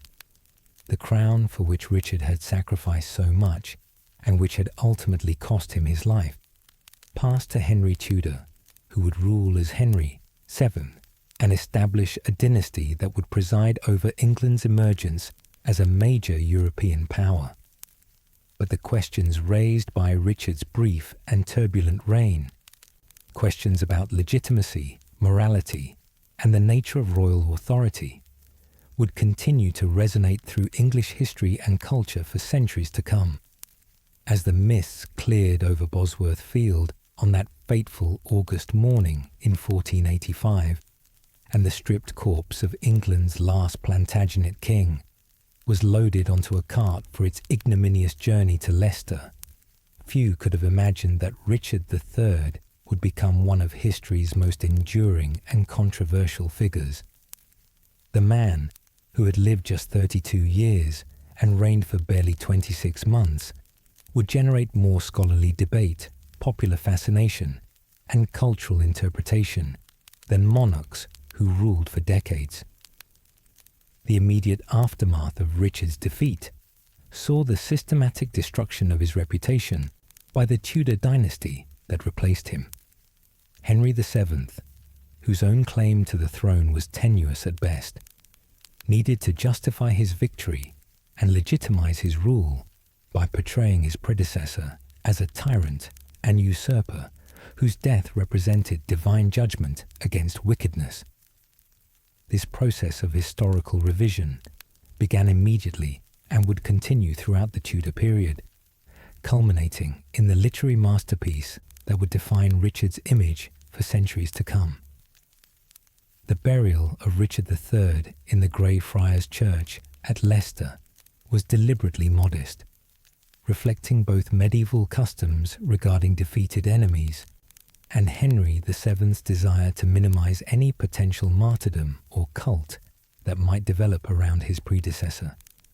The tomb that was eventually erected by Henry's order was respectable but not magnificent, acknowledging Richard's royal status, while avoiding any suggestion that his reign had been legitimate or his death regrettable. The initial Tudor chroniclers who wrote about Richard's reign were faced with the delicate task of explaining how such a notorious villain had managed to achieve and maintain royal power for more than 2 years. Their solution was to portray Richard as supremely cunning and hypocritical, a man who concealed his true nature behind a facade of loyalty and competence, while systematically eliminating anyone who stood in his way. This interpretation allowed them to acknowledge Richard's undeniable capabilities, while maintaining that his ultimate evil had been apparent to those wise enough to see through his deceptions. The most influential of these early Tudor accounts was written by Thomas More, whose History of King Richard III would provide the foundation for all subsequent interpretations of Richard's character and reign. More's work was remarkable for its literary quality and psychological insight, but it was also deeply influenced by the political requirements of Tudor legitimacy and the personal testimonies of individuals who had been Richard's enemies. More's portrayal of Richard emphasized both his physical deformities and his moral corruption, suggesting that external ugliness reflected inner wickedness in a way that medieval and Renaissance audiences found convincing. The hunchbacked, withered-armed tyrant of More's imagination became the template for all subsequent depictions of Richard, establishing visual and moral characteristics that would persist even when contradicted by historical evidence. The political dimensions of Richard's posthumous reputation were further complicated by the religious changes that swept England during the Tudor period.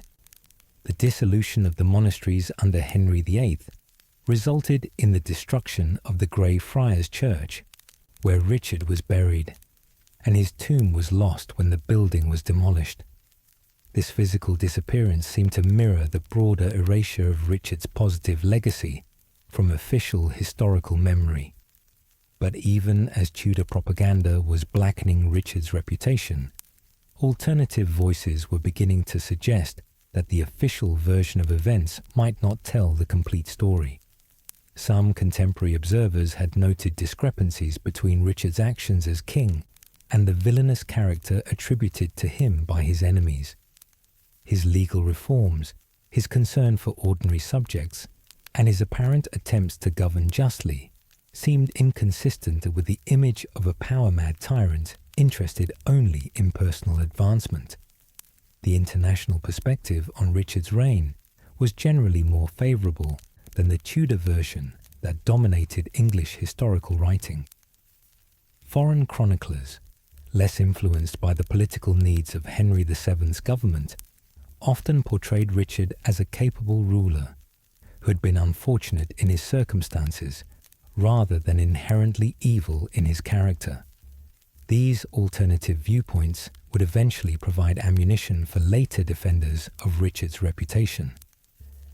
The literary transformation of Richard III reached its culmination in William Shakespeare's dramatic masterpiece, which synthesized Tudor historical claims with the playwright's own genius for psychological characterization and theatrical effect. Shakespeare's Richard was not merely a political villain, but a compelling dramatic character whose intelligence, wit, and self-awareness made him both terrifying and oddly sympathetic. The play's famous opening soliloquy, with its promise to prove a villain, and its frank acknowledgement of Richard's deformities and ambitions, established a character who was honest about his own wickedness in a way that paradoxically made him more appealing than more conventionally virtuous figures. This theatrical Richard would dominate popular understanding of the historical king for centuries, creating an image so powerful that it would influence even serious historical scholarship. The impact of Shakespeare's portrayal extended far beyond the theatre, shaping popular culture, political discourse, and historical interpretation in ways that persist to the present day. The phrase, "Now is the winter of our discontent," became one of the most famous lines in English literature, while Richard's cry for a horse, my kingdom for a horse," immortalized his final moments in popular memory. But the very power of Shakespeare's creation also began to generate skepticism about its historical accuracy. The playwright's Richard was so theatrically effective, so perfectly suited to dramatic purposes, that thoughtful observers began to question whether any real person could have possessed all the characteristics attributed to the literary villain. This skepticism would eventually evolve into systematic challenges to the Tudor interpretation of Richard's life and reign. The first serious attempt at historical rehabilitation came in the 17th century from Sir George Buck, whose History of King Richard III challenged many of the assumptions underlying the Tudor portrayal. Buck's work was based on extensive research in archives that were still accessible to him, but would later be lost, and he claimed to have found evidence that contradicted many of the charges against Richard. Though Buck's manuscript was not published in its complete form until the 20th century, his research marked the beginning of a revisionist tradition that would grow stronger over time.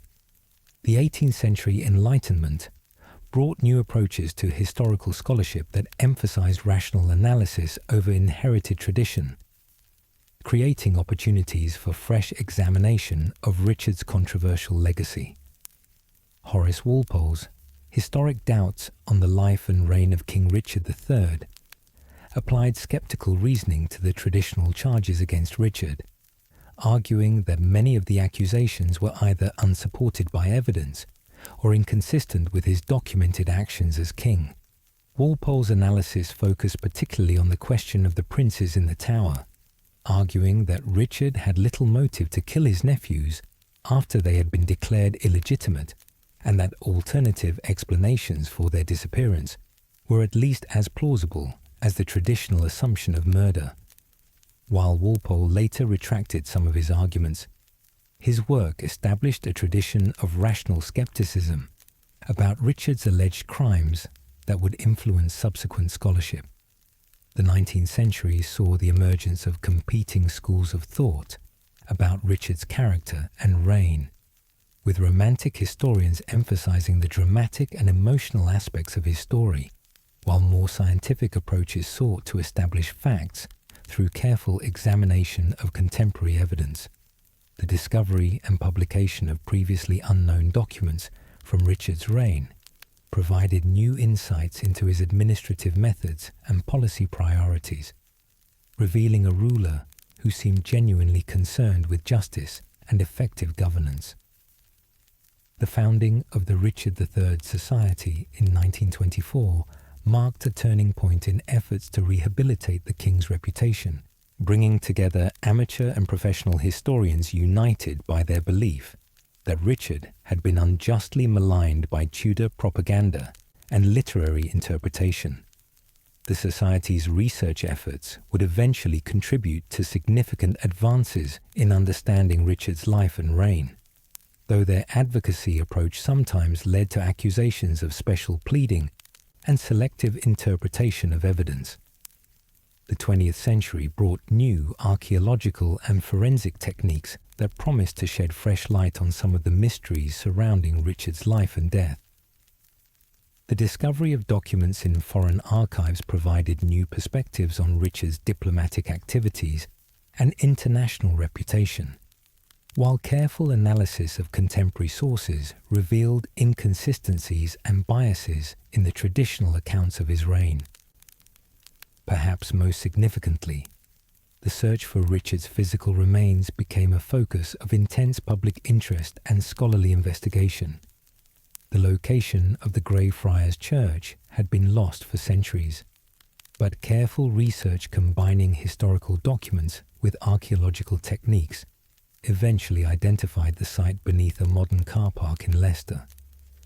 The discovery of Richard's skeleton in 2012 represented one of the most remarkable archaeological finds in British history.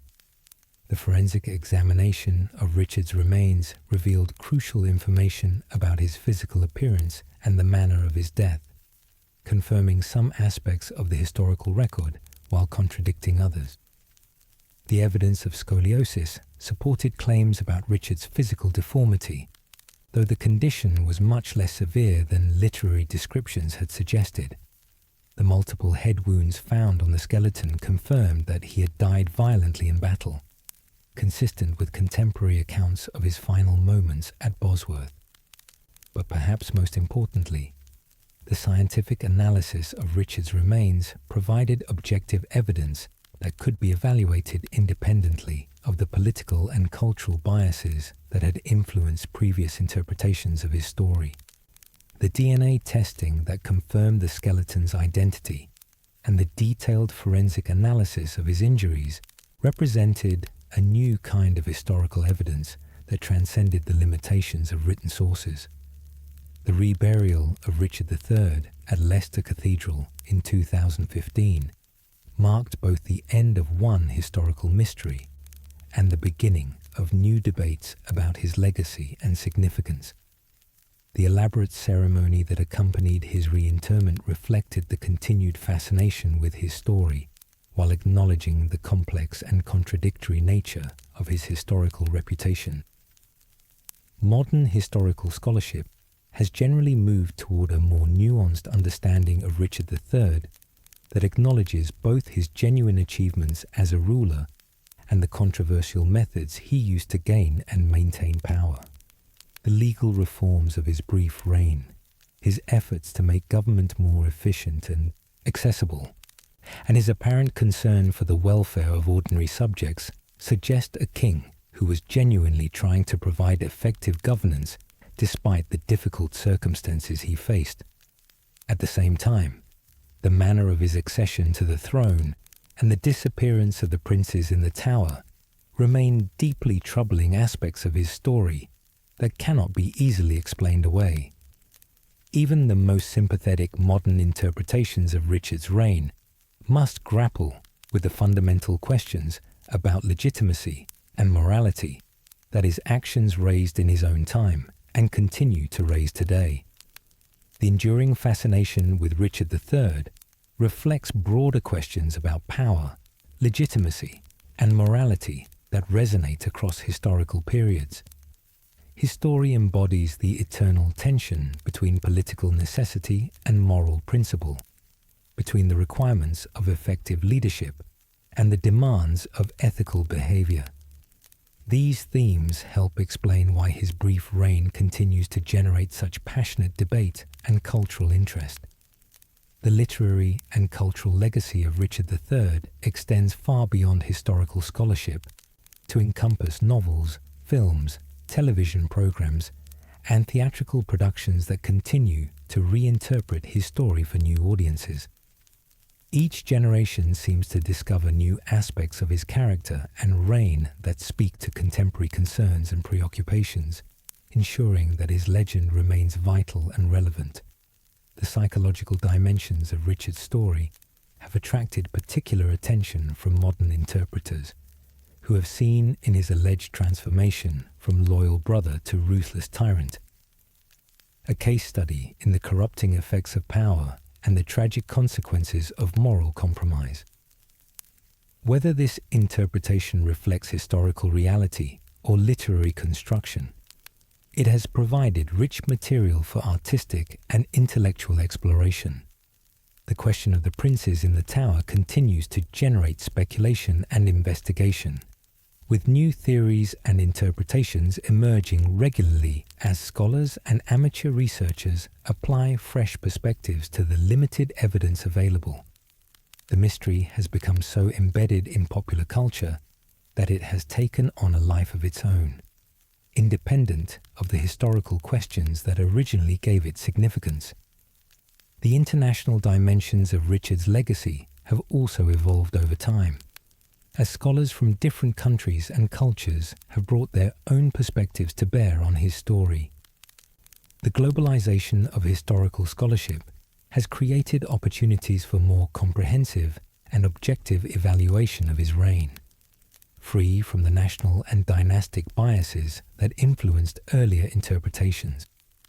The technological advances of the 21st century have opened new possibilities for investigating Richard's life and reign, from digital analysis of medieval documents to sophisticated archaeological techniques that can reveal information invisible to previous generations of scholars.